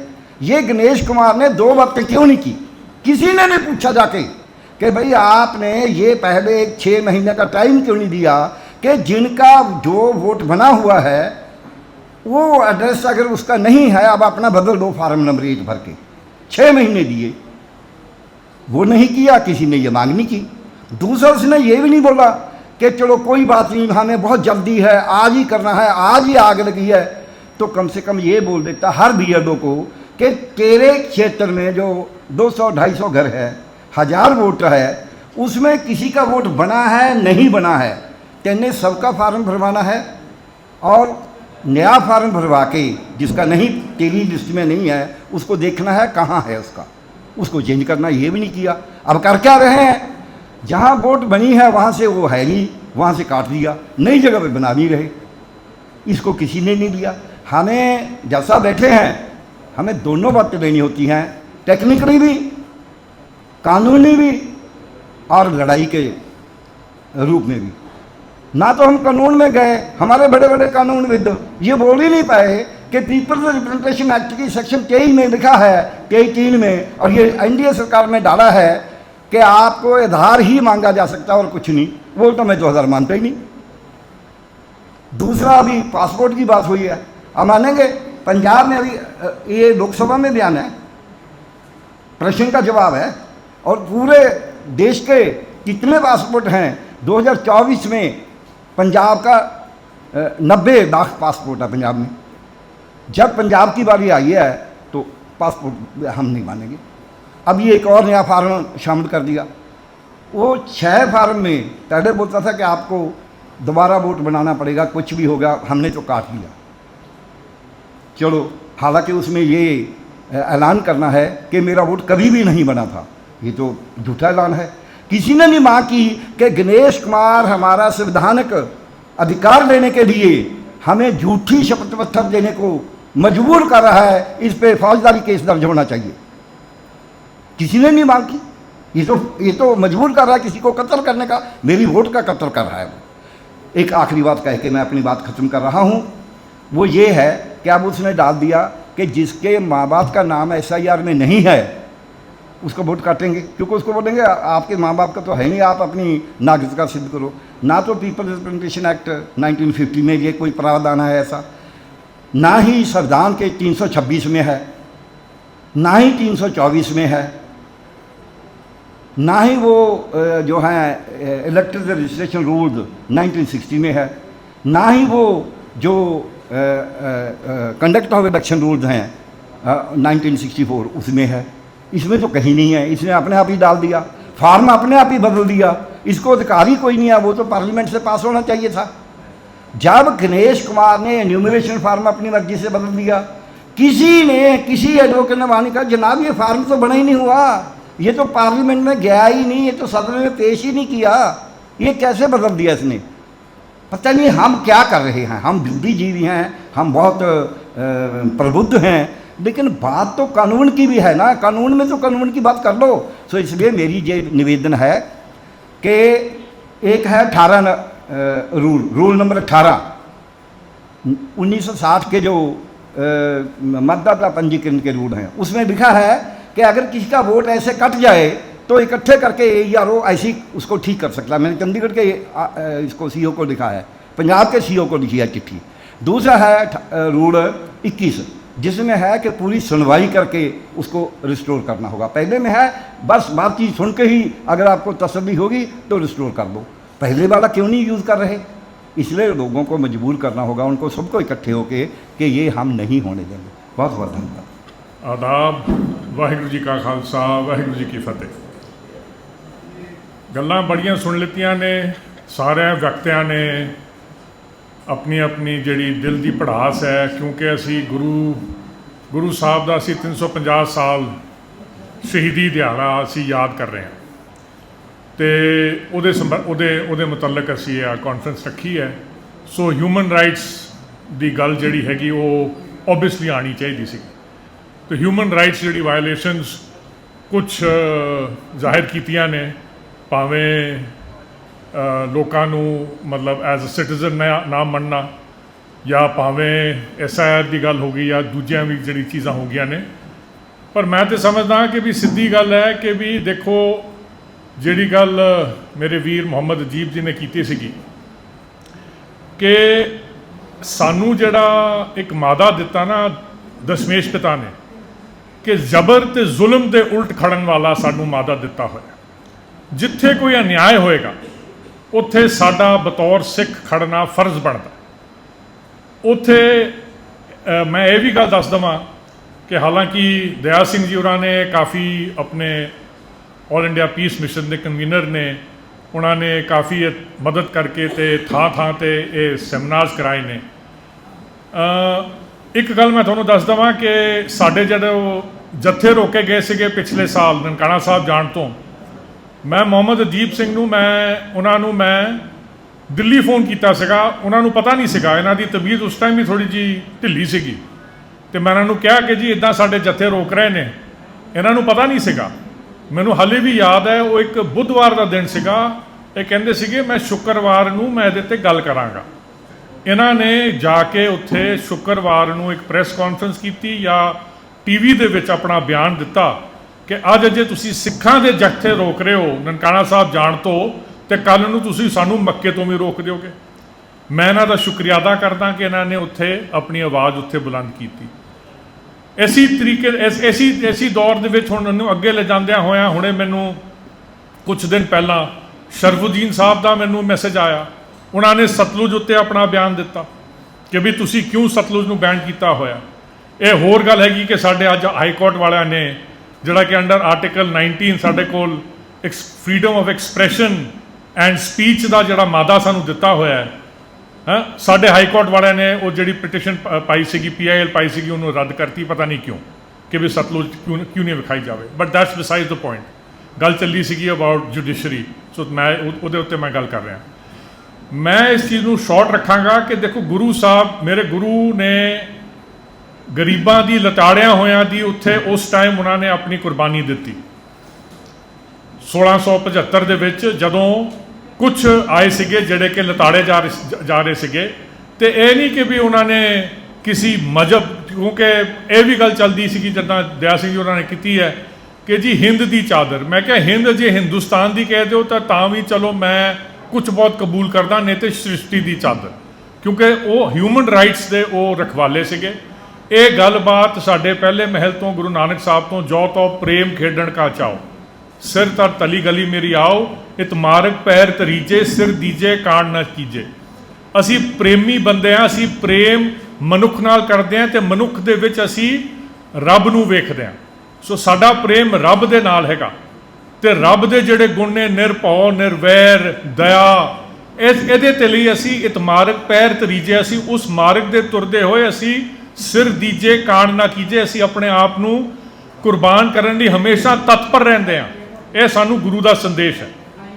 ਸੋ ਮੈਂ ਇਹ ਜਿਹੜੀ ਗੱਲ ਮੈਂ ਕੀਤੀ ਹੈ ਕਿ ਵੀ ਆਹ ਜਿਹੜੀ ਗੱਲ ਆਪਾਂ ਹੁਣ ਅੱਜ ਦਾ ਜਿਹੜਾ ਦੌਰ ਹੈਗਾ, ਅਗਰ ਮੇਰੇ ਕਿੱਥੇ ਵੀ ਕੋਈ ਲਤਾੜਿਆ ਹੋਇਆ ਹੋਵੇ, ਜਿੱਦਾਂ ਕਿ ਅਦੀਪ ਸਾਹਿਬ ਨੇ ਗੱਲ ਕੀਤੀ ਹੈ ਕਿ ਵੀ ਮੁਸਲਮਾਨ ਭਾਈਆਂ ਨਾਲ ਅਗਰ ਜ਼ਿਆਦਤੀ ਹੁੰਦੀ ਹੋਵੇ ਤੇ ਸਾਡਾ ਫਰਜ਼ ਬਣਦਾ ਕਿ ਅਸੀਂ ਉੱਥੇ ਖੜੇ ਹੋਈਏ।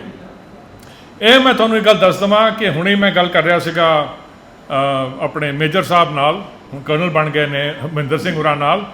ਉਹ ਵੀ ਕਹਿ ਰਹੇ ਸੀਗੇ ਕਿ ਸਾਨੂੰ ਇਹ ਕਰਦਿਆਂ ਬੜਾ ਟਾਈਮ ਹੋ ਗਿਆ। ਮੈਂ ਇੱਕ ਬੇਨਤੀ ਕਰਾਂਗਾ ਦਿਆਲ ਸਿੰਘ ਜੀ ਹੋਰਾਂ ਨੂੰ ਕਿ ਇੱਥੋਂ ਨਾ ਅਸੀਂ ਕਾਫੀ ਮੀਟਿੰਗਸ ਕਰ ਲਿੱਤੀਆਂ ਨੇ, ਇੱਕ ਕੋਰ ਗਰੁੱਪ ਬਣਾ ਲਓ ਆਪਣੇ ਆਪਣੇ ਜਿਹੜੇ ਅਸੀਂ ਸਾਰੇ ਇੱਥੇ ਇਕੱਠੇ ਹੋਏ ਹਾਂ, ਜਿਹੜੇ ਕਿ ਤਾਂ ਕਿ ਜਦੋਂ ਵੀ ਕੋਈ ਗੱਲ ਆਏ ਉਹ ਸਿੱਖ ਮੁਸਲਿਮ ਭਾਈਚਾਰਾ, ਸਪੈਸ਼ਲੀ ਮਰਾਠਾ ਦੇ ਵਿੱਚ ਕਿਹਾ, ਮੈਨੂੰ ਪਤਾ ਨਹੀਂ ਕਿ ਉੱਥੋਂ ਕੋਈ ਬੰਦੇ ਆਏ ਨੇ ਕਿ ਨਹੀਂ, ਦਇਆ ਸਿੰਘ ਜੀ ਤੁਸੀਂ ਦੱਸੋਗੇ। ਪਰ ਕਹਿਣ ਦਾ ਭਾਵ ਹੈਗਾ ਕਿ ਇੱਕ ਉਹ ਜਿਹੜਾ ਕਿ ਗੁਰੂ ਸਾਹਿਬ ਦੇ ਸੰਦੇਸ਼ ਦੇ ਉੱਤੇ ਤੁਰਨ ਵਾਲੇ, ਕਿਉਂਕਿ ਮੈਂ ਤਾਂ ਕਹਿੰਦਾ ਗੁਰੂ ਸਾਹਿਬ ਦਾ ਜਿਹੜਾ ਉਹਨਾਂ ਨੇ, ਆਪਾਂ ਖਾਲਸੇ ਦੀ ਗੱਲ ਕੀਤੀ ਹੈ, ਤੇ ਉਹਨਾਂ ਨੇ ਇੱਕ ਖੁਦ ਮੁਖਤਿਆਰ ਇਨਸਾਨ ਨੂੰ ਸਿਰਜਿਆ। ਹਰ ਇੱਕ ਸੋਵਰਨ ਹੈ ਆਪਣੇ ਆਪ ਦੇ ਵਿੱਚ, ਕਿਉਂਕਿ ਉਹ ਰੱਬ ਦਾ ਬੰਦਾ ਹੈ। ਤੇ ਉਹ ਮੇਰਾ ਅਕਾਲ ਪੁਰਖ ਜਿੰਨਾ ਕੋ ਸੋਵਰਨ ਹੈ, ਹੋਰ ਕੋਈ ਦੁਨੀਆ ਦੇ ਵਿੱਚ ਮਾਈ ਦਾ ਲਾਲ ਹੋ ਹੀ ਨਹੀਂ ਸਕਦਾ। ਸਾਡਾ ਸਿਰ ਕਿਸੇ ਦੇ ਸਾਹਮਣੇ ਝੁਕਣਾ ਹੀ ਨਹੀਂ ਚਾਹੀਦਾ, ਸਿਰਫ ਅਕਾਲ ਪੁਰਖ ਸਾਹਮਣੇ ਸਾਡਾ ਸਿਰ ਝੁਕਦਾ ਹੈਗਾ। ਸੋ ਮੇਰਾ ਕਹਿਣ ਦਾ ਮਤਲਬ ਹੈਗਾ ਕਿ ਅਸੀਂ ਇੱਕ ਕੋਰ ਗਰੁੱਪ ਬਣਾਈਏ ਜਿਹਦੇ ਵਿੱਚ ਸਾਰੇ ਬੰਦੇ ਇਕੱਠੇ ਹੋਣ, ਤੇ ਜਿੱਥੇ ਵੀ ਕੋਈ ਵੀ ਚੀਜ਼ ਪੇਸ਼ ਹੋਵੇ, ਭਾਵੇਂ ਕਿੱਥੇ ਵੀ ਹੋਵੇ, ਅਸੀਂ ਸਾਰਿਆਂ ਦੀ ਆਵਾਜ਼ ਇੱਕ ਕਰਕੇ ਬੁਲੰਦ ਜਾਣੀ ਚਾਹੀਦੀ ਹੈ। ਇਹ ਨਹੀਂ ਕਿ ਵੀ ਅਸੀਂ ਉਡੀਕੀਏ ਕਿ ਜੀ ਅੱਜ ਜੀ ਆਹ ਦੇਖੋ ਜੀ ਸਾਡੇ ਤੇ ਜ਼ਿਆਦਤੀ ਹੋਈ ਹੈ ਜੀ, ਤੇ ਇਸ ਬੰਦੇ ਨੇ ਜੀ ਸਾਡਾ ਪੱਖ ਪੂਰਿਆ। ਨਹੀਂ, ਇਹ ਇੱਕ ਔਨਗੋਇੰਗ ਪ੍ਰੋਸੈਸ ਹੋਣਾ ਚਾਹੀਦਾ ਹੈ ਇਕੱਠੇ ਹੋ ਕੇ, ਤਾਂ ਕਿ ਜਿਹੜਾ ਅਸੀਂ ਇੱਥੇ ਜਦੋਂ ਅਸੀਂ ਆਹ ਵਾਲੀ ਜਿਹੜੀ ਗੱਲ ਕਰਦੇ ਹਾਂ ਤੇ ਕਹਿੰਦੇ ਹਾਂ ਕਿ ਵੀ ਸਾਡਾ ਅਸੀਂ ਇੱਕ ਦੂਜੇ ਦਾ ਹੱਥ ਫੜੀਏ, this that and the other, but ਇਹਨੂੰ ਅਮਲੀ ਜਾਮਾ ਅਪਣਾਈਏ ਤਾਂ ਕਿ ਕੱਲ੍ਹ ਨੂੰ ਇਹ ਨਾ ਹੋਵੇ ਕਿ ਵੀ ਇਹਨਾਂ ਨੇ ਲੱਖ ਕੋਸ਼ਿਸ਼ ਕੀਤੀ ਸੀਗੀ, ਸਾਡਾ ਇੱਕ ਸਿੱਖ ਨੌਜਵਾਨ ਨੂੰ ਜੰਮੂ NCB ਵਾਲਿਆਂ ਨੇ ਬੇਰਹਿਮੀ ਨਾਲ ਕਤਲ ਕਰ ਦਿੱਤਾ ਸੀਗਾ। ਮੈਂ ਅਦੀਪ ਸਾਹਿਬ ਨੂੰ ਰਿਕੁਐਸਟ ਕੀਤੀ ਸੀਗੀ ਕਿ ਵੀ ਆਪਣੇ ਉੱਥੇ ਦੇ ਸਰਕਾਰ ਨੂੰ ਇਹ ਦੱਸਣ। ਇਹਨਾਂ ਨੇ ਲੱਖ ਕੋਸ਼ਿਸ਼ ਕੀਤੀ ਉੱਥੇ ਫਾਰੂਕ ਅਬਦੁੱਲਾ ਨੂੰ ਗੱਲ ਕਰਨ ਦੀ, ਬਟ ਖੈਰ ਉਹਨਾਂ ਦੀ ਪਾਰਟੀ ਨੇ ਨਹੀਂ ਕੀਤਾ, ਬਟ PDP ਤੇ ਦੂਜਿਆਂ ਨੇ ਆ ਕੇ ਸਾਡੇ ਉੱਥੇ ਆ ਕੇ ਤੇ ਜੰਮੂ ਉਸ ਸਿੱਖ ਨੌਜਵਾਨ ਜਿਹੜਾ BSF ਵਿੱਚ ਕੰਮ ਕਰਦਾ ਸੀਗਾ, ਜਿਹਨੂੰ ਬੇਰਹਿਮੀ ਨਾਲ ਇਹਨਾਂ ਨੇ 18 ਦਿਨ ਦੀ ਤਸੱਦਦ ਦੇ ਕੇ ਮਾਰ ਦਿੱਤਾ ਸੀਗਾ, ਉਹਨਾਂ ਨੇ ਆ ਕੇ ਤੇ ਉਹਨਾਂ ਦਾ ਪੱਖ ਪੂਰਿਆ ਸੀਗਾ। ਸੋ ਕਹਿਣ ਦਾ ਮੇਰਾ ਮਤਲਬ ਹੈ ਕਿ ਸਾਡੇ ਮਨਾਂ 'ਚ ਕੋਈ ਗਿਲਾ ਸ਼ਿਕਵਾ ਨਾ ਰਹਿ ਜਾਵੇ। ਇਹ ਕੋਰ ਗਰੁੱਪ ਬਣਨਾ ਬੜਾ ਜ਼ਰੂਰੀ ਹੈ, ਤੇ ਤਾਂ ਕਿ ਅਸੀਂ ਜ਼ਬਰ ਤੇ ਜ਼ੁਲਮ ਦੇ ਉਲਟ ਖੜਨ ਵਾਲੇ ਅਸੀਂ ਸਾਰੇ ਜਿਹੜੇ ਸ਼ਖਸ ਇੱਥੇ ਬੈਠੇ ਹਾਂ, ਤੇ ਹੋਰ ਵੀ ਬਥੇਰੇ ਜੁੜਨਗੇ ਤੁਹਾਡੇ ਨਾਲ। ਮਤ ਸਮਝੋ, ਕਿਉਂਕਿ ਹਰ ਇੱਕ ਬੰਦਾ ਜਿਹੜਾ ਹੈਗਾ ਉਹਨੂੰ ਇਹ ਅਹਿਸਾਸ ਹੋਣਾ ਚਾਹੀਦਾ ਹੈ ਕਿ ਉਹ ਆਪਣੇ ਆਪ ਦੇ ਵਿੱਚ ਇੱਕ ਖੁਦ ਮੁਖਤਿਆਰ ਇਨਸਾਨ ਹੈ। ਉਹ ਕਿਸੇ ਦੇ ਸਾਹਮਣੇ ਜਦੋਂ ਕਹਿੰਦੇ he will live his life without fear of favour, ਇਸ ਹਿਸਾਬ ਨਾਲ ਬੰਦੇ ਨੂੰ ਜੀਣਾ ਚਾਹੀਦਾ ਹੈ। ਤੇ ਅਸੀਂ ਇਕੱਠੇ ਹੋਈਏ। ਤੇ ਮੇਰੇ ਹਿਸਾਬ ਨਾਲ ਆ ਜਿਹੜਾ ਦੌੜ ਚੱਲ ਰਿਹਾ ਨਾ ਅੱਜ ਦੀ ਡੇਟ ਵਿੱਚ ਹਿੰਦੁਸਤਾਨ ਦੇ ਵਿੱਚ, ਇਹ ਕੁਛ ਨਹੀਂ ਹੈ। ਸੱਚ ਦੇ ਸਾਹਮਣੇ ਝੂਠ ਕਦੀ ਖੜ ਹੀ ਨਹੀਂ ਸਕਦਾ। ਤੇ ਇਹ ਜਿਹੜਾ ਦੌੜ ਹੈ ਇਹ ਬਹੁਤ ਛੇਤੀ ਮੁੱਕ ਜਾਊਗਾ ਜੇ ਅਸੀਂ ਸਾਰੇ ਵਾਕਈ ਹੀ ਇਕੱਠੇ ਹੋ ਕੇ ਤੁਰੀਏ ਤੇ ਗੱਲਾਂ ਬਾਤਾਂ ਤੱਕ ਅਸੀਂ ਨਾ ਮਹਿਦੂਦ ਰਹੀਏ, ਅਸੀਂ ਸੈਮੀਨਾਰਸ ਤੱਕ ਨਾ ਮਹਿਦੂਦ ਰਹੀਏ। ਮੇਰੀ ਬੇਨਤੀ ਹੈ ਜ਼ਰੂਰ ਪ੍ਰਵਾਨ ਕਰਿਓ ਜੀ। ਇੰਨਾ ਕਹਿੰਦੇ ਹੋਇਆ ਜੀ ਸ਼ਮਾ ਦਾ ਜਾਤਕ ਹਾਂ ਜੀ। ਵਾਹਿਗੁਰੂ ਜੀ ਕਾ ਖਾਲਸਾ, वाहिगुरु जी की फतेह। आदाब। मुअज़्ज़ज़ हाज़रीन और सामीन किराम, बिलखुसूस हमारे मुअज़्ज़ज़ और मुकर्रम मोहम्मद अदीब साहब, जो कि सही मानों में कौम की खिदमत के लिए अपनी जान अपना वक्त मुकम्मल वक्त किए हुए हैं। सही मानों में अगर कहा जाए तो फ़िदाए मिल्लत, यानी मिल्लत के ऊपर जो कौम फ़िदा हो जाए, जो इंसान फ़िदायत का जज्बा रखती हो, तो वो मोहम्मद अदीब साहब के अंदर मौजूद है। मुझे याद है एक बार एक प्रोग्राम यहाँ हुआ था पीछे, जब पाकिस्तान में सिख भाइयों का एक जत्था जाना था जिसको सरकार ने रोक लगा दी थी। तो उस सिलसिले में मुस्लिम पर्सनल लॉ बोर्ड के सेक्रेटरी और मोहम्मद अदीब साहब तशरीफ़ लाए थे और हम सब लोगों ने इकट्ठा होकर ये आवाज़ उठाई थी कि भाई इस पर पाबंदी ना लगाई जाए। बहाना तर्क क्या था कि इनकी सिक्योरिटी वहाँ पर नहीं होगी। तो अदीब साहब ने एक सवाल पूछा था कि सिक्योरिटी वहाँ नहीं है तो क्या यहाँ है, जहाँ 40 नौजवान शहीद हो जाते हैं, बल्कि मैं शहीद नहीं बल्कि उनका मर्डर किया जाता है, जहाँ पहलगाम के अंदर कहीं दूर दूर तक भी चप्पे चप्पे तक पुलिस वाला मौजूद नहीं और 2.5-3 घंटे तक लोगों को मार दिया जाता है, तो यहाँ सिक्योरिटी कैसी है। अभी बराड़ साहब बोलकर गए हैं, इन्होंने बहुत अच्छा क्वेश्चन किया था। कहते हैं कि यहाँ सिक्योरिटी वजूहत हो सकती है, यहाँ ख़तरा हो सकता है, लेकिन जब हम वहाँ जाते हैं तो वहाँ में कोई सिक्योरिटी का मसला नहीं होता, बल्कि वो लोग हमारी इज़्ज़त करते हैं और इतने इज़्ज़त और इतनी मोहब्बत करते हैं कि जितनी हमें यहाँ नहीं मिलती वहाँ पर मिलती है। तो बहरहाल ये एक संगम है, ये एक ऐसी जगह है जहाँ हिंदू मुस्लिम का ख़ास कर बहुत एक अच्छा निचोड़ होता है और यहाँ से एक अच्छा मैसेज जाता है। दिल्ली में जब एनसीआर का मामला चला, एनआरसी का, तो दिल्ली में जामे मिल्ला के जो स्टूडेंट्स थे उनके ऊपर तशद्दुद हुआ। और जब तशद्दुद हुआ उस वक्त ये शायद पहला मौका था कि डॉक्टर खुशहाल सिंह ने हम लोगों को बुलाया और इसी हाल के अंदर प्रोग्राम किया। प्रोफेसर मंजीत सिंह वगैरह सभी लोग मौजूद थे और हमने उसकी मुखालफत की। मुखालफत नहीं की बल्कि डॉक्टर खुशहाल सिंह मौजूद है, प्रोफेसर मंजीत सिंह थे। हमने आला अफसरान से मुलाकात की और कहा कि ये दिल्ली की कौन सी तरबियत है पुलिस की कि एक पढ़ने गया बच्चे को जाकर हॉस्टल मारो, ये कहाँ की इंसानियत है। उसके बाद से ये सिलसिला जारी हुआ। अल्हम्दुलिल्लाह हम पंजाब और चंडीगढ़ में जो मुस्लिम कम्युनिटी के लोग रहते हैं, बल्कि महसूस करता हूँ कि पूरे देश के अंदर एक मैसेज आ रहा हमारे पास में कि जो लोग पंजाब में रहते हैं कहीं के भी हों और ख़ासकर मुस्लिम कम्युनिटी के लोगों को जो यहाँ हिफाजत उनकी और मोहब्बत प्यार उनको मिलता है वो देश के अंदर कहीं नहीं मिलता, कोई दो राय नहीं। मैं कहता हूँ। और अदीब साहब ने एक बात कही थी बड़े जज्बात के अंदर, शायद उनका दिल भर आया था और वो मुझे आज भी याद है। इसीलिए मैंने कहा कि लोग फ़िदाई मिल्लत का लफ्ज़ लगा देते हैं, लेकिन सही मानों में मोहम्मद अदीब जैसा इंसान शायद आपको नहीं मिलेगा। 80 साल की उम्र में जो चल कर फिर कर आ रहा कौम की खिदमत के लिए आ रहा, तो उससे बड़ी हमदर्दी क्या हो सकती है दोस्तों। तो इन्होंने कहा था कि मैं सिख कौम का आभारी हूँ, इनकी जो इन्होंने खिदमत की है और जो मुसलमानों को महफूज जगह दी है, जो इज़्ज़त दी है, तो मैं इनका शुक्र अदा नहीं कर सकता हूँ। ये मेरी कौम के लिए सबसे बेहतरीन मौका है कि सिख भाइयों ने हमारी मुस्लिम कौम की हिफाजत के साथ रखा और रखेंगे इंशाअल्लाह। और एक बात मैं बता दूँ, अदीब साहब ने एक बात कही थी कि 84 के अंदर हम खामोश रहे। किसी हद तक जो लोग समझदार थे, जिनके दिल के अंदर हमदर्दी मोहब्बत प्यार था, वो दिल्ली के अंदर, मुझे एक बात याद है, एक बाड़ा हिंदुराव में एक जगह है, तो वहाँ एक हाफिज़ यासीन थे, उन्होंने तकरीबन 400 सिख लोगों को जो हमारे भाई थे, बहनें थी, हमारी माएँ थी, अपने घर में रखा। उसके बाद उनको महफूज जगह चंडीगढ़ के अंदर पंजाब में उनको पहुँचाया।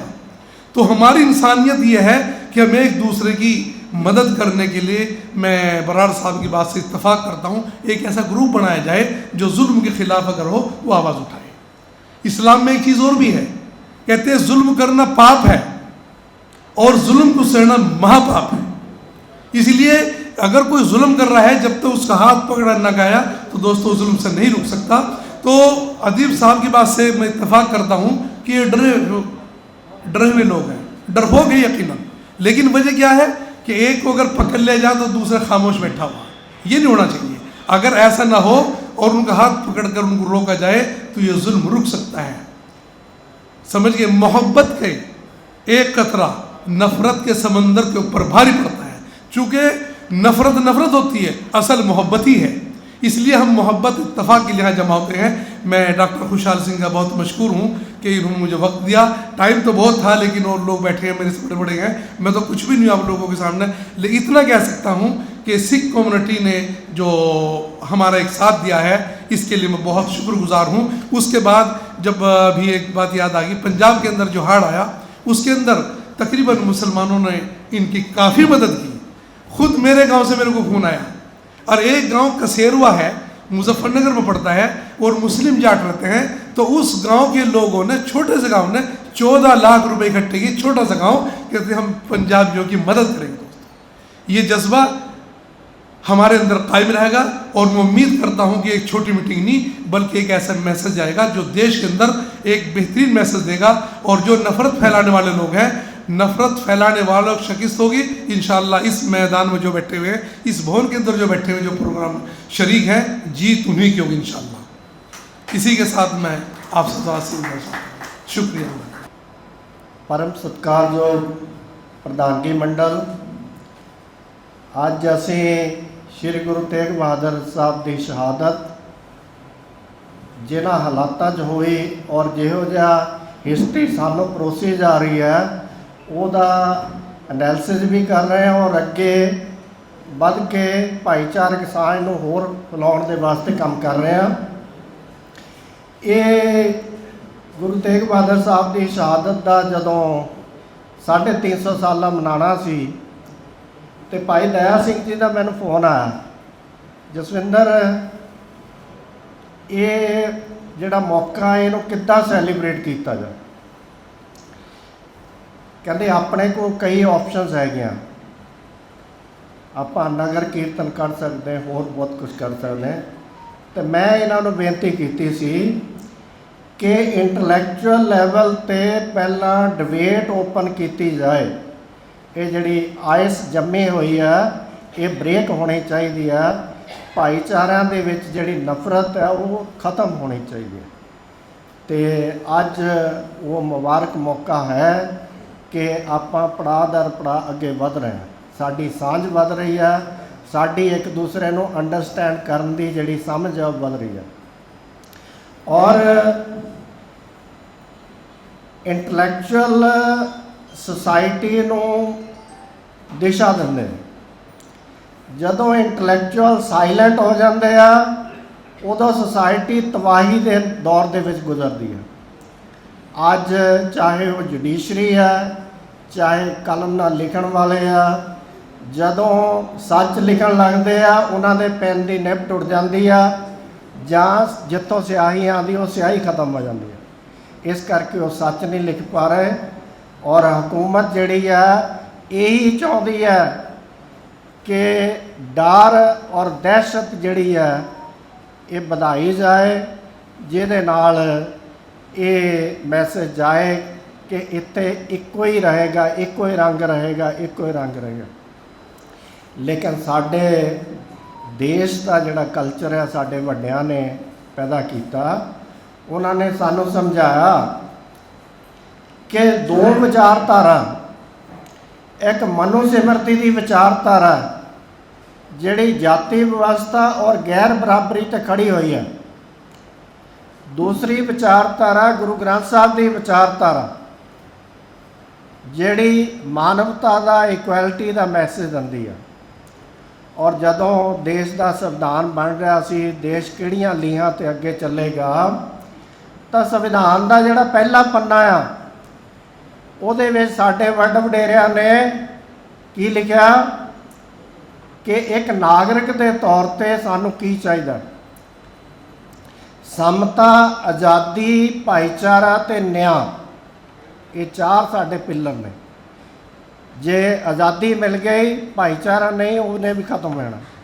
ਇਕੁਐਲਿਟੀ ਮਿਲ ਗਈ, ਭਾਈਚਾਰਾ ਨਹੀਂ ਆ, ਉਹਨੇ ਵੀ ਖਤਮ ਹੋ ਜਾਣਾ। ਔਰ ਇਹ 75-80 ਸਾਲ ਦੀ ਜਿਹੜੀ ਆਜ਼ਾਦੀ ਹੈ, ਇਹਦੇ ਵਿੱਚ ਜਿਹੜਾ ਨਿਆਂ ਆ ਉਹ ਸਾਨੂੰ ਕਿਹੋ ਜਿਹਾ ਮਿਲਿਆ। ਜਸਟਿਸ 3 ਤਰ੍ਹਾਂ ਦਾ ਹੁੰਦਾ, ਸੋਸ਼ਲ, ਇਕਨੋਮਿਕ ਤੇ ਪੋਲੀਟੀਕਲ। 80 ਸਾਲ ਦੀ ਆਜ਼ਾਦੀ ਦੇ ਅੰਦਰ ਸਾਨੂੰ ਇੱਕ ਵੋਟ ਪਾਉਣ ਦਾ ਰਾਈਟ ਸੀ। ਤੁਸੀਂ ਆਪਣਾ ਰਾਜਾ ਖੁਦ ਚੁਣ ਸਕਦੇ ਹੋ। ਲੇਕਿਨ ਅੱਜ ਜਦੋਂ ਅਸੀਂ ਇਹ SIR ਦਾ ਜਿਹੜਾ ਦੌਰ ਦੇਖ ਰਹੇ ਹਾਂ, ਅੱਜ ਰਾਜਾ ਡਿਸਾਈਡ ਕਰ ਰਿਹਾ ਕੌਣ ਵੋਟਰ ਹੋਏਗਾ। ਇਹ ਸਾਡੀ ਡੈਮੋਕ੍ਰੇਸੀ ਦੀ ਜਿਹੜੀ ਹੱਤਿਆ ਹੋਈ ਹੈ ਪਿਛਲੇ 10-12 ਸਾਲ ਦੇ ਅੰਦਰ, ਇਹਦੇ ਖਿਲਾਫ ਖੜਨਾ ਪਏਗਾ, ਨਹੀਂ ਤਾਂ ਬੜੇ ਗੰਭੀਰ ਨਤੀਜੇ ਹੋਣਗੇ। ਲੇਕਿਨ ਮੈਂ ਇੱਕ ਅੰਬੇਡਕਰਾਈਟ ਐਕਟਿਵਿਸਟ ਹਾਂ, ਸੰਵਿਧਾਨ ਵੀ ਜਾਣਦਾ। ਮੈਂ ਉਹਨਾਂ ਆਪਣੇ ਭੈਣ ਭਾਈਆਂ ਦੀ ਜਿਹੜੀ ਪੀੜਾ ਆ ਉਹਨਾਂ ਨੂੰ ਵੀ ਸਮਝਦਾ, ਜਿਨ੍ਹਾਂ ਨੂੰ 80 ਸਾਲ ਦੀ ਆਜ਼ਾਦੀ ਦੇ ਅੰਦਰ 5 ਕਿਲੋ ਆਟਾ ਤੇ 2 ਕਿਲੋ ਦਾਲ ਤੇ ਲਿਆ ਕੇ ਖੜੇ ਕਰਤਾ। ਇਹਦਾ ਮਤਲਬ ਇਹ ਹੈ ਵਕਤ ਦੀਆਂ ਸਰਕਾਰਾਂ ਦੇ ਕੋਲ ਸਾਡੀ ਬਿਹਤਰੀ ਦਾ ਕੋਈ ਇੰਤਜ਼ਾਮ ਨਹੀਂ ਆ। ਇਹੋ ਜਿਹੀਆਂ ਸਰਕਾਰਾਂ ਦੇ ਨਾਲੋਂ ਨਾ ਹੋਣਾ ਚੰਗਾ। ਤੇ ਇਸ ਕਰਕੇ ਮੈਂ ਇੱਕ ਆਸ਼ੇ ਦੇ ਨਾਲ ਤੁਹਾਡੇ ਤੋਂ ਰਜਾ ਲੈਣੀ ਆ। ਕਹਿੰਦੇ ਬੇਹਿੰਮਤੇ ਉਹ ਹੁੰਦੇ ਨੇ ਜਿਹੜੇ ਸ਼ਿਕਵਾ ਕਰਨ ਮੁਕੱਦਰਾਂ ਦਾ, ਉੱਗਣ ਵਾਲੇ ਉੱਗ ਪੈਂਦੇ ਨੇ ਪਾੜ ਕੇ ਸੀਨਾ ਪੱਤਰਾਂ ਦਾ। ਜੈ ਭੀਮ, ਜੈ ਭਾਰਤ, ਜੈ ਸੰਵਿਧਾਨ। ਵਾਹਿਗੁਰੂ जी का खालसा, वाहिगुरू जी की फतेह। अस्सलाम वालेकुम। बहुत बहुत शुक्रिया दया सिंह साहब का कि उन्होंने मुझे बोलने का मौका दिया है। सबसे पहले मैं फॉर्मर चीफ जस्टिस जनाब रंजीत सिंह साहब जो कि हमारे सामने बैठे हैं, हम उनका बहुत बहुत स्वागत करते हैं। जस्टिस इकबाल अंसारी साहब, former chief justice Patna high court, हम उनका इस्तकबाल करते हैं। अदीब साहब जो कि फॉर्मर राज्यसभा MP हैं और इस वक्त Indian Muslim for civil rights के अध्यक्ष हैं, प्रेसिडेंट हैं, हम उनका भी स्वागत करते हैं। हमारे साथ इस वक्त दिल्ली से आए हुए मेजर जनरल जावेद इकबाल साहब हैं, हम उनका भी बहुत स्वागत करते हैं। खुशहाल सिंह साहब हैं, इलियास साहब हैं और इसके अलावा जो है शाम सिंह साहब जो कि इस केंद्रीय सिंह सभा के अध्यक्ष हैं, हम उनका भी बहुत स्वागत करते हैं। आप तमाम लोगों का बहुत बहुत स्वागत करते हैं। बात ये हो रही है कि आखिर इस वक्त जो इस दौर से मुल्क चल रहा है, आगे बढ़ रहा है, इस मुल्क की जो आपसी भाईचारा है, उसकी कौमी यकजहती है, उसको किस तरह से बचाया जाना चाहिए, उस पर किस तरह से काम किया जाए। एक वाक़या हम आपको सुनाते चले कि आखिर क्या ऐसा हुआ कि हम लोग जो है इतने करीब हुए। जब हम छोटे से थे, यानी 7 साल के रहे होंगे, 7-8 साल के, तो उस वक्त एक हादसा, जिसे हादसा ना कहा जाए बल्कि एक मैसेकर्स के तौर पर उसे याद किया जाना चाहिए, तभी उसके साथ इंसाफ या न्याय होगा। यानी ये कि 84 के जो दंगे फसादात, या फिर उसे कहा जाए कि मैसेकर्स जो उस वक्त चल रहा था, उस वक्त हमें ये समझ में आया कि सिख कम्युनिटी भी एक कम्युनिटी है। और हमने देखा कि हमारे घर में 4 से 5 एक सिख फैमिली थी जो उस वक्त वहाँ पर लखनऊ में हमारे यहाँ आई, और बड़ी अजीब सी उस वक्त हालत थी। बाहर घर के बहुत सारे लोगों ने जो है घेर रखा था। वालिद मोहतरम से, पिताजी से हम लोगों ने पूछा कि ये सारे लोग क्यों जो है बाहर खड़े हुए हैं, ये क्या चाहते हैं।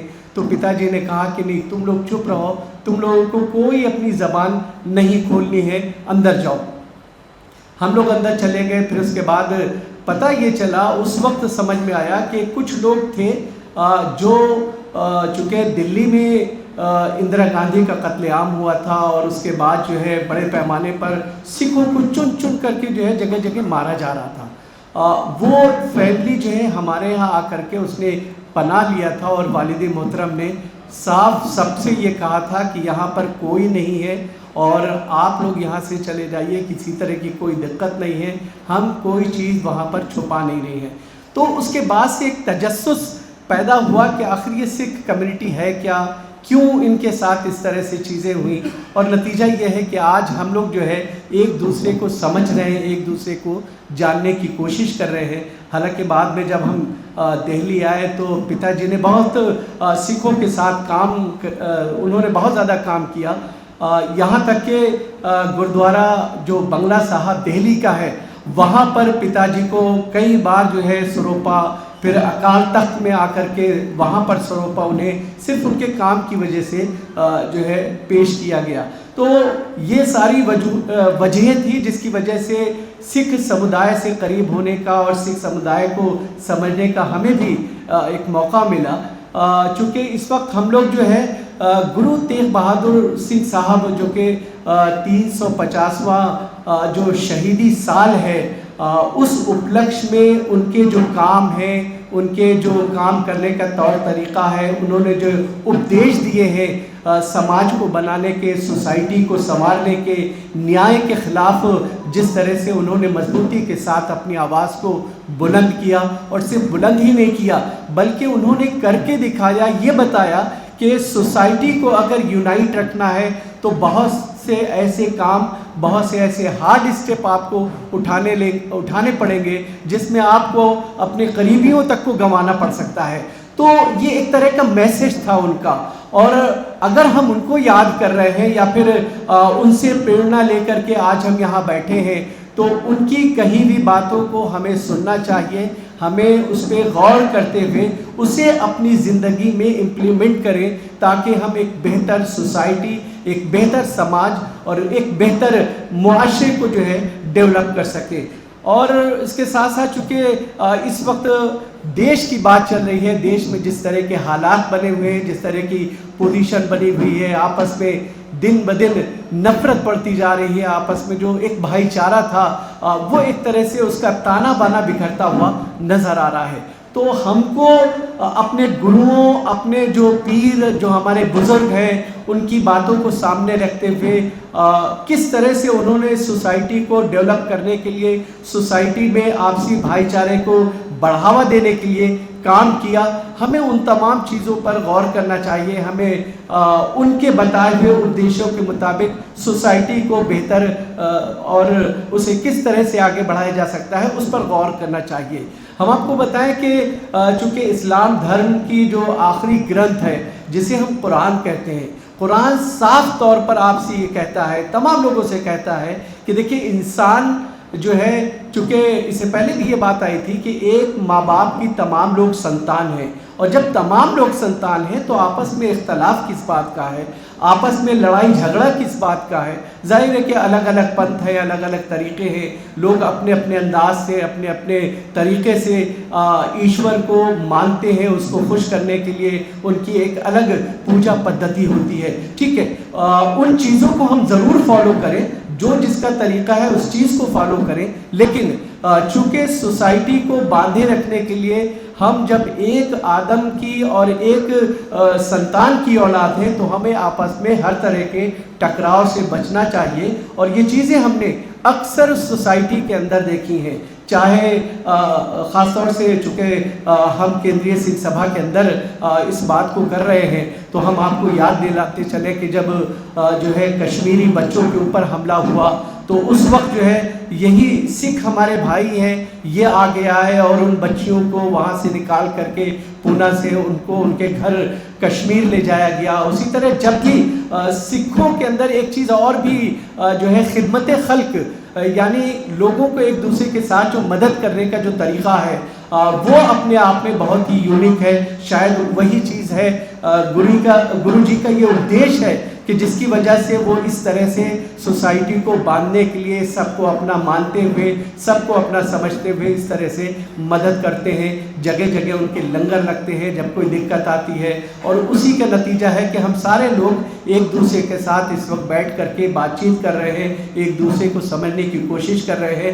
ये याद रखिए कि सोसाइटी तभी बनती है, सोसाइटी तभी आगे बढ़ पाएगी जब हम एक दूसरे के साथ बैठें, एक दूसरे को समझें, एक दूसरे की समस्याओं को हम इंटरटेन करें, उनके साथ बैठ करके बातचीत करें, उसे दूर करने की कोशिश करें, तो हम एक दूसरे की समस्याओं को भी समझेंगे।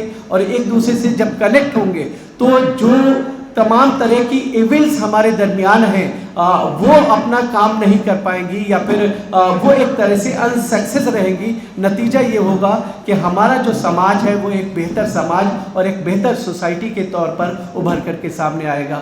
इन्हीं चंद बातों के साथ मैं अपनी बात को ख़त्म करता हूँ। सिर्फ जाते जाते इतना ज़रूर कहूँगा कि हम हैं आदम की संतान, सबको समझो एक समान, हिंदू मुस्लिम सिख ईसाई आपस में सब भाई भाई। अगर हम सारे लोग भाई भाई हैं तो फिर हमें इस तरह के नफरत या इस तरह के आपस में टकराव का कोई हमारे लिए तुक नहीं बनता। किसी तरह की इस तरह की कोई बात हमारे लिए कोई जवाज़ का मुद्दा नहीं रह जाता है। बहुत बहुत शुक्रिया। मंच ते विराजमान प्रधानगी मंडल, होर साडे इंटलैक्चुअल साहिबान, फतेह सांझी करो जी। वाहिगुरू जी का खालसा, वाहिगुरू जी की फतेह। मैं सब तो पहला तो धन्यवाद करना चाहना साडे मार्गदर्शक प्रोफैसर शाम सिंह जी का, डॉक्टर खुशहाल सिंह जी का।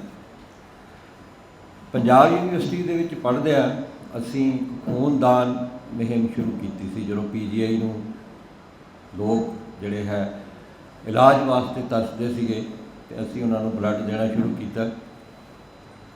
उत्थे ही इन्हां ने एक भाई कन्हैया जी के नाम ते असीं एक संस्था बनाई, भाई कन्हैया जी मिशन। मैनूं शौक सीगा कि होर भी पढ़िया जाए। इन्हां ने मोटिवेट किया भी आप एक सैमीनार करिए इत्थे। तो फस्ट असीं सैमीनार 1992 दे विच दा गुरतेज सिंह जी भी, डॉक्टर दर्शन सिंह जी, डॉक्टर खेम सिंह गिल जी लुधियाने तो स्पैशल आए। उसका कॉन्सैप्ट ही यही सी जो अज असीं डिस्कस कर रहे हैं। गुरु तेग बहादुर साहब की शहीदी जिहड़ी है वो मनुख नूं जिउण दा हक दिवाउण वास्ते देखो कुर्बान हो गए। और उन्हां दे ही सेवक भाई कन्हैया जी लंगरां दे विच पानी की सेवा करया करते सन। उन्हां दी शहादत तो बाद गुरु तेग बहादुर साहब की वो गुरु गोबिंद सिंह जी महाराज के नाल जो जंगां होंदियां सीगियां ते वो अपनी मशक के नाल जल सेवा करया करते सन। आपां सारे जानते हैं कि जदों हर जख्मी नूं उन्होंने पानी पिलाया, चाहे वो पहाड़ी राजे हिंदू सीगे, चाहे वो मुगलों वालों सी। तो एक बार एक सिंह ने शिकायत की गुरु महाराज को कि असी जेड़े दुश्मनों नूं जख्मी करके सिटते हैं और साडे ही फौज का भाई कन्हैया जी उन्होंने पानी पिला के नवी जिंदगी दे दिंदा। बहुत बड़ी गल है। पंडाल सजया तो गुरु गोबिंद सिंह जी महाराज ने जो भाई कन्हैया जी ने पूछा कि भाई तुहाडी शिकायत आई है, तो कह लगे महाराज तुसी तो सानू कदे वखरेवा सिखाया ही नहीं, तुसी तो साडे लिए इंसानियत की गल की है। तुसी तो सानू ये सिखाया कि अव्वल अल्लाह नूर पाया कुदरत के सब बंदे, एक नूर ते सब जग उपजया कौन भले कौन। शिकायत करता तो ये सोच रहे होंगे कि दुश्मन तू पानी पिलाना, दुश्मन की मदद करना। अज गुरु गोबिंद सिंह जी महाराज इन्हों कोई सज़ा देंगे, पर साध संगत जी गुरु महाराज उन्होंने गल्लां सुन के भाई कन्हैया जी के नजरबार का नाम होया। उन्होंने खड़े होके भाई कन्हैया जी को गलवकड़ी च लिया तो शाबाशी दी कि तू समझ सकिया। उस तो बाद ਜਿਹੜਾ ਉਸ ਵੇਲੇ ਫਸਟ ਏਡ ਸੀਗੀਆਂ, ਜੋ ਉਸ ਵੇਲੇ ਦਵਾਈਆਂ ਸੀਗੀਆਂ ਜਿਹਨੂੰ ਆਪਾਂ ਮਾਡਰਨ ਫਸਟ ਏਡ ਬਾਕਸ ਕਹਿੰਦੇ ਸੀਗੇ, ਉਹਨਾਂ ਨੂੰ ਅਸ਼ੀਰਵਾਦ ਦਿੱਤਾ ਕਿ ਤੁਸੀਂ ਪਾਣੀ ਵੀ ਪਿਲਾਉਣਾ, ਉਹਨਾਂ ਦੇ ਜ਼ਖਮਾਂ 'ਤੇ ਸਾਫ਼ ਕਰਕੇ ਮੱਲਮ ਪੱਟੀ ਦੀ ਸੇਵਾ ਵੀ ਕਰਨੀ। ਇਹ ਭਾਈ ਕਨ੍ਹਈਆ ਜੀ ਸੇਵਾ ਕਰਦੇ ਰਹੇ। ਇੱਕ ਵਾਰ ਕੀ ਹੋਇਆ ਕਿ ਜਿਸ ਤਰ੍ਹਾਂ ਅਸੀਂ ਅੱਜ ਇੰਟਰਫੇਥ ਦੀ ਗੱਲ ਕਰਦੇ ਹਾਂ, ਸ਼ਾਮ ਨੂੰ ਭਾਈ ਕਨ੍ਹਈਆ ਜੀ ਆਪਣੀ ਸੇਵਾ ਜਦੋਂ ਕਰ ਰਹੇ ਸੀ, ਇੱਕ ਨੂਰ ਮੁਹੰਮਦ ਸ਼ਾਹ ਬਹੁਤ ਤਕੜਾ ਦਲੇਰ ਯੋਧਾ ਸੀਗਾ, ਜਿਹਨੇ ਕਈ ਸਿੰਘਾਂ ਨੂੰ ਸ਼ਹੀਦ ਕੀਤਾ, ਉਹ ਵੀ ਤੜਪ ਰਿਹਾ ਸੀਗਾ। ਤੇ ਜਦੋਂ ਉਹਨਾਂ ਦੇ ਕੋਲ ਦੀ ਲੰਘੇ ਤੇ ਉਹਨਾਂ ਨੇ ਵੀ ਹੱਥ ਕੱਢ ਕੇ ਜਦੋਂ ਪਾਣੀ ਮੰਗਿਆ ਤੇ ਭਾਈ ਕਨ੍ਹਈਆ ਜੀ ਨੂੰ ਉਹਨਾਂ ਨੂੰ ਵੀ ਪਾਣੀ ਪਿਲਾਇਆ। ਉਹ ਇਸ ਹਾਲਤ ਵਿੱਚ ਨਹੀਂ ਸੀਗਾ ਕਿ ਉਹ ਤੁਰ ਸਕੇ ਜਾਂ ਕੁਝ ਕਰ ਸਕੇ। ਉਹਨੂੰ ਮੋਢੇ ਉੱਤੇ ਲਿਜਾ ਕੇ, ਪਿੱਠ 'ਤੇ ਚੁੱਕ ਕੇ ਆਪਣੇ ਟੈਂਟ 'ਚ ਲਿਜਾ ਕੇ ਉਹਨਾਂ ਨੂੰ ਫਸਟ ਏਡ ਦਿੱਤੀ, ਮੈਡੀਕਲ ਜੋ ਹੈਲਪ ਕਰ ਸਕਦੇ ਸੀ ਉਹ ਕੀਤੀ, ਲੰਗਰ ਛਕਾਇਆ। ਤੇ ਨੂਰ ਮੁਹੰਮਦ ਵੀ ਆਰਾਮ ਨਾਲ ਆਪਣੀ ਸੇਵਾ ਕਰਾਉਂਦਾ ਰਿਹਾ। ਜਦੋਂ ਕੁਝ ਠੀਕ ਹੋ ਗਿਆ ਤੇ ਉਹਨੇ ਕਿਹਾ ਕਿ ਭਾਈ ਕਨ੍ਹਈਆ ਜਾਂ ਸਿੱਖਾ, ਤੇਰਾ ਧੰਨਵਾਦ, ਮੈਂ ਹੁਣ ਜਾਣਾ ਚਾਹੁੰਦਾ। ਤੇ ਜਦੋਂ ਜਾਣ ਲੱਗੇ, ਉਹ ਹੱਥ ਜੋੜ ਕੇ ਉਹਨੇ ਕਿਹਾ ਕਿ ਮੈਨੂੰ ਇੱਕ ਗੱਲ ਸਮਝ ਨਹੀਂ ਲੱਗੀ ਕਿ ਜਿਸ ਗੁਰੂ ਦੀਆਂ ਫੌਜਾਂ ਦੇ ਖਿਲਾਫ ਮੈਂ ਲੜਿਆ, ਜਿਸ ਗੁਰੂ ਦੇ ਸਿੰਘਾਂ ਨੂੰ ਮੈਂ ਸ਼ਹੀਦ ਕੀਤਾ, ਅੱਜ ਉਸੇ ਗੁਰੂ ਦੇ ਸਿੱਖ ਨੇ ਮੈਨੂੰ ਇੱਕ ਜ਼ਿੰਦਗੀ ਬਖਸ਼ੀ, ਮੈਂ ਸਮਝ ਨਹੀਂ ਆਈ। ਉਹਨਾਂ ਨੇ ਕਿਹਾ, ਨੂਰ ਮੁਹੰਮਦ, ਮੈਂ ਤੈਨੂੰ ਸਮਝ ਗਿਆ ਸੀਗਾ ਕਿ ਤੂੰ ਬਹੁਤ ਸਿੰਘ ਸ਼ਹੀਦ ਕੀਤੇ, ਪਰ ਮੇਰੇ ਗੁਰੂ ਦਾ ਹੁਕਮ ਸੀਗਾ ਕਿ ਹਰ ਤੜਫਦੇ ਨੂੰ ਜ਼ਿੰਦਗੀ ਦੇਣੀ ਹੈ, ਹਰ ਤੜਫਦੇ ਦੀ ਮਦਦ ਕਰਨੀ ਹੈ।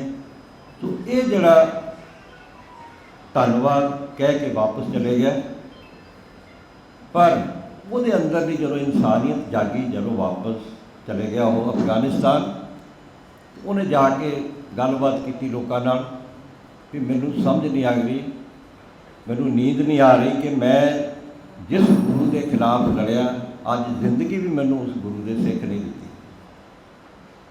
ਲੋਕਾਂ ਦਾ ਇਨਸਾਨੀਅਤ ਹਰ ਜਗ੍ਹਾ ਹੈ। ਵਾਪਸ ਆ ਕੇ ਉਹ ਭਾਈ ਕਨ੍ਹਈਆ ਜੀ ਦੇ ਚਰਨੀ ਲੱਗ ਕੇ ਸਭ ਤੋਂ ਪਹਿਲੇ ਸੇਵਕ ਭਾਈ ਕਨ੍ਹਈਆ ਜੀ ਦੇ ਨੂਰ ਮੁਹੰਮਦ ਸ਼ਾਹ ਬਣੇ। ਉਹ ਇਤਿਹਾਸ ਦੇ ਵਿੱਚ ਉਹਨਾਂ ਦਾ ਨਾਂ ਹੈਗਾ ਭਾਈ ਨੂਰੀ ਸ਼ਾਹ। ਇਹ ਉਦਾਹਰਨ ਨਹੀਂ ਜੀ ਮਿਲਦੀ। ਮੈਨੂੰ ਸ਼ੌਕ ਸੀ ਕਿਉਂਕਿ ਮੈਂ ਬਲੱਡ ਡੋਨੇਸ਼ਨ, ਆਈ ਡੋਨੇਸ਼ਨ ਨਾਲ ਜੁੜਿਆ ਸੀਗਾ ਤੇ red cross, international Committee of Red cross ਜੱਜ ਸਾਹਿਬ ਬੈਠੇ ਆ, ਇਹਦਾ ਬਰਥ ਵੀ ਮੈਦਾਨੇ ਜੰਗ ਸੇਵਾ ਤੋਂ ਸ਼ੁਰੂ ਹੋਇਆ। ਮੈਂ 30 ਸਾਲ ਲਿਖਦਾ ਰਿਹਾ ਜੀ ਉਹਨਾਂ ਨੂੰ ਕਿ ਤੁਸੀਂ ਅਧੂਰਾ ਛਾਪ ਰਹੇ ਹੋ। ਸਭ ਤੋਂ ਪਹਿਲਾਂ ਵਾਰ ਦੇ ਵਿੱਚ ਜੇ ਫਸਟ ਏਡ ਸ਼ੁਰੂ ਹੋਈ ਹੈ ਤੇ ਆਨੰਦਪੁਰ ਸਾਹਿਬ ਤੋਂ ਸ਼ੁਰੂ ਹੋਈ ਹੈ। ਬਹੁਤ ਡਾਕੂਮੈਂਟ ਭੇਜੇ ਜੀ, ਮੈਂ ਧੰਨਵਾਦ ਕਰਨਾ ਚਾਹੁੰਦਾ ਸਾਰਿਆਂ ਦਾ, ਸਪੋਰਟ ਕਰਦੇ ਰਹੇ। ਪਰ 30 ਸਾਲ ਬਾਅਦ ਮੈਂ ਉਹਨਾਂ ਨੂੰ ਇੱਕ ਰਿਕੁਐਸਟ ਭੇਜੀ ਕਿ ਜੇ ਕੋਈ ਬੰਦਾ ਰਿਸਰਚ ਕਰਨਾ ਚਾਹੁੰਦਾ, ਅੱਜ ਅਸੀਂ ਗੱਲਾਂ ਇੱਥੇ ਜੋ ਕਰ ਰਹੇ ਹਾਂ, ਕੋਈ ਬੰਦਾ ਸ਼ਾਂਤੀ ਦੀ ਗੱਲ ਕਰਨੀ ਚਾਹੁੰਦਾ, ਕੋਈ ਵਾਰ ਦੇ ਵਿੱਚੋਂ ਪੀਸ ਲੱਭਣ ਦੀ ਗੱਲ ਕਰਨੀ ਚਾਹੁੰਦਾ, ਕਿੱਥੇ ਜਾਵੇ? ਤੇ ਮੇਰੀ ਇੱਕ ਰਿਕੁਐਸਟ ਹੈ ਕਿ ਤੁਸੀਂ ਇਹਨੂੰ ਪਬਲਿਸਾਈਜ਼ ਕਰੋ, ਭਾਈ ਕਨ੍ਹਈਆ ਜੀ ਦੀਆਂ ਸੇਵਾਵਾਂ ਨੂੰ ਵੀ ਐਡ ਕਰੋ। ਸਾਧ ਸੰਗਤ ਜੀ, ਮੈਂ ਉਹਨਾਂ ਦਾ ਧੰਨਵਾਦ ਕਰਨਾ ਚਾਹੁੰਦਾ, International Committee of Red Cross ਦਾ। ਸਾਡੇ ਕਈ ਵਾਰ ਇੱਥੇ ਦੀਆਂ ਸੰਸਥਾਵਾਂ ਨੂੰ ਚਿੱਠੀਆਂ ਲਿਖੇ ਵਾਪਸ ਨਹੀਂ ਆਉਂਦੀਆਂ, ਪਰ ਉਹ ਮੈਨੂੰ ਚਿੱਠੀਆਂ ਵੀ ਵਾਪਸ ਕਰਦੇ ਰਹੇ। ਤੇ ਮੈਂ ਇੱਕ ਵਾਰੀ ਕਿਹਾ, ਮੈਂ ਤੁਹਾਨੂੰ ਪੜ੍ਹਨਾ ਚਾਹੁੰਦਾ, ਮੈਨੂੰ ਲਿਟਰੇਚਰ ਭੇਜੋ। ਜਨੇਵਾ ਤੋਂ 10 ਕਿਲੋ ਦੀਆਂ ਲਗਭਗ ਕਿਤਾਬਾਂ ਮੇਰੇ ਘਰ ਆ ਗਈਆਂ ਤੇ ਮੈਂ ਉਹਨਾਂ ਨੂੰ ਫਿਰ ਲਿਖਦਾ ਰਿਹਾ। ਤੇ ਫਾਈਨਲੀ ਉਹਨਾਂ ਨੇ ਡਿਕਲੇਅਰ ਕੀਤਾ ਕਿ ਵਾਰ ਦੇ ਵਿੱਚ ਫਸਟ ਏਡ ਗੁਰੂ ਗੋਬਿੰਦ ਸਿੰਘ ਜੀ ਨੇ ਹੀ ਸ਼ੁਰੂ ਕਰਵਾਈ ਹੈ। ਤੁਸੀਂ ਨੈਟ 'ਤੇ ਜਾ ਕੇ, ਗੂਗਲ ਜਾ ਕੇ ਸਰਚ ਕਰ ਸਕਦੇ ਹੋ। ਉਹਨਾਂ ਨੇ ਖਿਤਾਬ ਕੀ ਦਿੱਤਾ ਕਿ ਭਾਈ ਕਨ੍ਹਈਆ ਜੀ ਦਾ ਡਿਊਨਾਟ ਆਫ ਇੰਡੀਆ। ਉਹਨਾਂ ਨੇ ਇਹ ਲਿਖਿਆ, ਕਿਉਂਕਿ ਜਿਹੜੀ ਇਹ ਸੇਵਾ ਹੈਗੀ ਆ, ਮੈਂ ਸੌਰੀ 1 ਮਿੰਟ ਹੋਰ ਲੈਣਾ, ਕਿਉਂਕਿ 40 ਸਾਲ ਦਾ ਲੰਬਾ ਸਫ਼ਰ ਸੀਗਾ ਜੀ। ਬਹੁਤ ਕੁਝ ਲਿਖਿਆ ਜੀ, ਬੜੀਆਂ ਖੱਟੀਆਂ ਮਿੱਠੀਆਂ ਯਾਦਾਂ ਹੋਈਆਂ, ਪਰ ਅਸੀਂ ਹਟੇ ਨਹੀਂ ਪਿੱਛੇ। ਉਹਨਾਂ ਨੇ ਲਿਖਿਆ ਕਿ ਜਿਹੜਾ ਇੰਟਰਨੈਸ਼ਨਲ ਹਿਊਮੈਨੀਟੇਰੀਅਨ ਲਾਅ ਹੈਗਾ, ਜਿਹਦਾ ਬੇਸ ਹੀ ਵਾਰ ਸੇਵਾ ਕਰਨ ਦਾ, ਅੱਜ ਆਪਾਂ ईरान ਦੀ जंग देखते हैं, बड़ा कुछ होया, बच्चों ते सिटे गए, पर साडे गुरु ने की किया कि हर एक इंसान की सेवा करनी है। तो ये इंटरनेशनल ह्यूमैनिटेरियन लॉ है। तो ਇਹਦਾ बर्थ भी आनंदपुर साहब तो शुरू होया। ਵੱਖਰੀ ਗੱਲ है कि ਅਸੀਂ ਇਹਨੂੰ प्रचार नहीं करवा सके। 20 सितंबर ਉਹ ਦਿਨ ਆ ਜਦੋਂ ਗੁਰੂ ਮਹਾਰਾਜ ਨੇ ਗਲਵਕੜੀ 'ਚ ਲੈ ਕੇ ਉਹਨਾਂ ਨੂੰ ਫਸਟ ਏਡ ਪ੍ਰੋਵਾਈਡ ਕੀਤੀ। ਪੰਜਾਬ ਗੌਰਮੈਂਟ ਤੋਂ ਸਰਵਿਸ ਟੂ ਹਿਊਮੈਨਿਟੀ ਡੇ ਮਨਾਇਆ ਜਾਂਦਾ ਹਰ ਸਾਲ, ਪਰ ਅੱਜ ਚੰਨੀ ਸਾਹਿਬ ਆਏ ਨਹੀਂ, ਮੈਂ ਉਹਨਾਂ ਨਾਲ ਇੱਕ ਰੈਜ਼ੈਂਟਮੈਂਟ ਵੀ ਸ਼ੋਅ ਕਰਨੀ ਸੀਗੀ। 20 ਸਤੰਬਰ 2021 ਨੂੰ ਉਹਨਾਂ ਨੇ ਬਤੌਰ ਮੁੱਖ ਮੰਤਰੀ ਸਹੁੰ ਚੁੱਕੀ ਔਰ ਉਸ ਦਿਨ ਭਾਈ ਕਨ੍ਹਈਆ ਜੀ ਦਾ ਸਮਾਗਮ ਰੱਦ ਕਰ ਦਿੱਤਾ। 4 ਸਾਲ ਹੋ ਗਏ, ਦੁਬਾਰੇ ਸ਼ੁਰੂ ਨਹੀਂ ਹੋਇਆ। ਇਹ ਸਾਡੇ ਲੀਡਰਾਂ ਦਾ ਹਾਲ ਹੈ ਜੀ ਕਿ ਜੇ ਚੰਗਾ ਕੰਮ ਹੈ। ਮੈਂ ਤੁਹਾਨੂੰ ਦੱਸਣਾ ਚਾਹੁੰਦਾ ਕਿ ਜਨੇਵਾ ਦੇ ਲੋਕਾਂ ਨੇ 4 ਸਾਲ ਦੇ ਵਿੱਚ ਪੂਰੀ ਦੁਨੀਆ 'ਚ ਦੱਸ ਦਿੱਤਾ ਕਿ ਸਾਡੇ ਬੰਦੇ ਨੇ ਸੇਵਾ ਕੀਤੀ ਹੈ, ਅਤੇ ਅਸੀਂ 40 ਸਾਲ 'ਚ ਪੰਜਾਬ ਦੇ ਲੋਕਾਂ ਨੂੰ ਨਹੀਂ ਦੱਸ ਸਕੇ ਸਰ। ਚਿੱਠੀਆਂ ਪਤਾ ਨਹੀਂ ਕਿਹੜੇ ਡਸਟਬਿਨ 'ਚ ਪਈਆਂ, ਉਹ ਅਸੀਂ ਹੁਣ ਲੱਭਾਂਗੇ ਹੌਲੀ ਹੌਲੀ ਸਾਰਿਆਂ ਦੇ ਸਹਿਯੋਗ ਨਾਲ। मैं ਸਾਰਿਆਂ ਨੂੰ ਬੇਨਤੀ ਕਰਦਾ ਕਿ ਇੱਕ ਜ਼ਰੂਰ ਮੇਰੀ ਬੇਨਤੀ ਹੈਗੀ ਹੈ ਕਿ ਅਸੀਂ ਯੂਨੀਵਰਸਿਟੀ ਦੇ ਵਿੱਚ ਜਿਹੜਾ ਇੰਟਰਫੇਥ ਡਿਪਾਰਟਮੈਂਟ ਵੀ ਇਸਟੈਬਲਿਸ਼ ਕਰਾਈਏ। ਇਹ ਜਿਹੜੇ ਸੈਮੀਨਾਰ ਹੈਗੇ ਆ ਨਾ, ਅਸੀਂ ਯੂਥ ਨੂੰ ਨਾਲ ਲੈ ਕੇ ਕਰਵਾਉਣੇ ਚਾਹੀਦੇ ਆ। ਜਿਸ ਤਰ੍ਹਾਂ ਅਸੀਂ ਕੀਤਾ ਸੀਗਾ ਕਿ ਪੰਜਾਬ ਯੂਨੀਵਰਸਿਟੀ ਚੰਡੀਗੜ੍ਹ ਦੇ ਹੈਲਥ ਸੈਂਟਰ ਦਾ ਨਾਮ ਭਾਈ ਕਨ੍ਹਈਆ ਜੀ ਹੈਲਥ ਸੈਂਟਰ ਰਖਵਾ ਦਿੱਤਾ ਸੀਗਾ, ਤਾਂ ਕਿ ਬੱਚੇ ਜਿਹੜੇ ਆ ਸਾਡੀਆਂ ਆ ਰਹੀਆਂ ਜਨਰੇਸ਼ਨ ਜਿਹੜੀਆਂ ਉਹ ਆਪਣੇ ਇਤਿਹਾਸ ਤੋਂ ਵੀ ਜਾਣੂ ਹੋ ਸਕਣ, ਇਹਦੇ ਨਾਲ ਅੱਗੇ ਵੀ ਜ਼ਿੰਦਗੀ 'ਚ ਵੱਧ ਸਕਣ। ਸੋ ਇਹਨਾਂ ਸ਼ਬਦਾਂ ਦੇ ਨਾਲ ਮੈਂ ਮਾਫੀ ਚਾਹੁੰਦਾ ਕਿ 1-2 ਮਿੰਟ ਫਾਲਤੂ ਲੈ ਗਏ, ਪਰ ਮੈਂ ਧੰਨਵਾਦ ਕਰਨਾ ਚਾਹੁੰਦਾ ਕਿ ਸਾਰੇ ਇੰਟਲੈਕਚੁਅਲ ਦੇ दर्शन हो गए। तो वाहिगुरू जी का खालसा, वाहिगुरू जी की फतेह। तो देखिए ये बड़ा आसान सा होता है स्वतंत्र के लिए, कहीं पर भी बैठ कर आपको कुछ भी बता दिया जाए, मार्केट की खबर दे दी जाए, सोना चांदी बेच दिया जाए, ये सब होता रहता है। दूसरे चैनलों भी हो जाते हैं, इसमें व्यूज़ भी आ जाते हैं उनमें, और मोनेटाइजेशन भी अच्छा हो जाता है। इस तरह की ख़बरों में ज़्यादा व्यूज़ भी नहीं आते और मोनेटाइजेशन का भी चक्कर होता है। लेकिन हम जब आए हैं इस पत्रकारिता में, तो हम इसी मकसद के साथ आए हैं कि आपको सही खबर मिले, सही चीज़ें लगें। जो लोग हैं जो माइनॉरिटीज़ के बारे में सोचते हैं, किस तरह का सोचते हैं, वो समझ में आए, और माइनॉरिटी क्या सोच रही है एक देश की, ये भी आपको समझ में आए। तो इस तरह की चर्चाएं, इस तरह के लोग हम बराबर स्वतंत्र पर लाते रहेंगे, जो देश के हित में काम करना चाहते हैं, जो संविधान का सम्मान करते हैं, और संविधान ने जो सुरक्षा और जो बात माइनॉरिटीज़ के लिए की है, देश के नागरिक के लिए किए हैं, बस सरकार से ये कहते हैं कि उस पर अमल किया जाए। तो अपने दोस्त हैदर अब्बास नकवी को इजाज़त दें, फिर होगी मुलाकात ऐसी ही चर्चा के साथ। तब तक के लिए नमस्कार।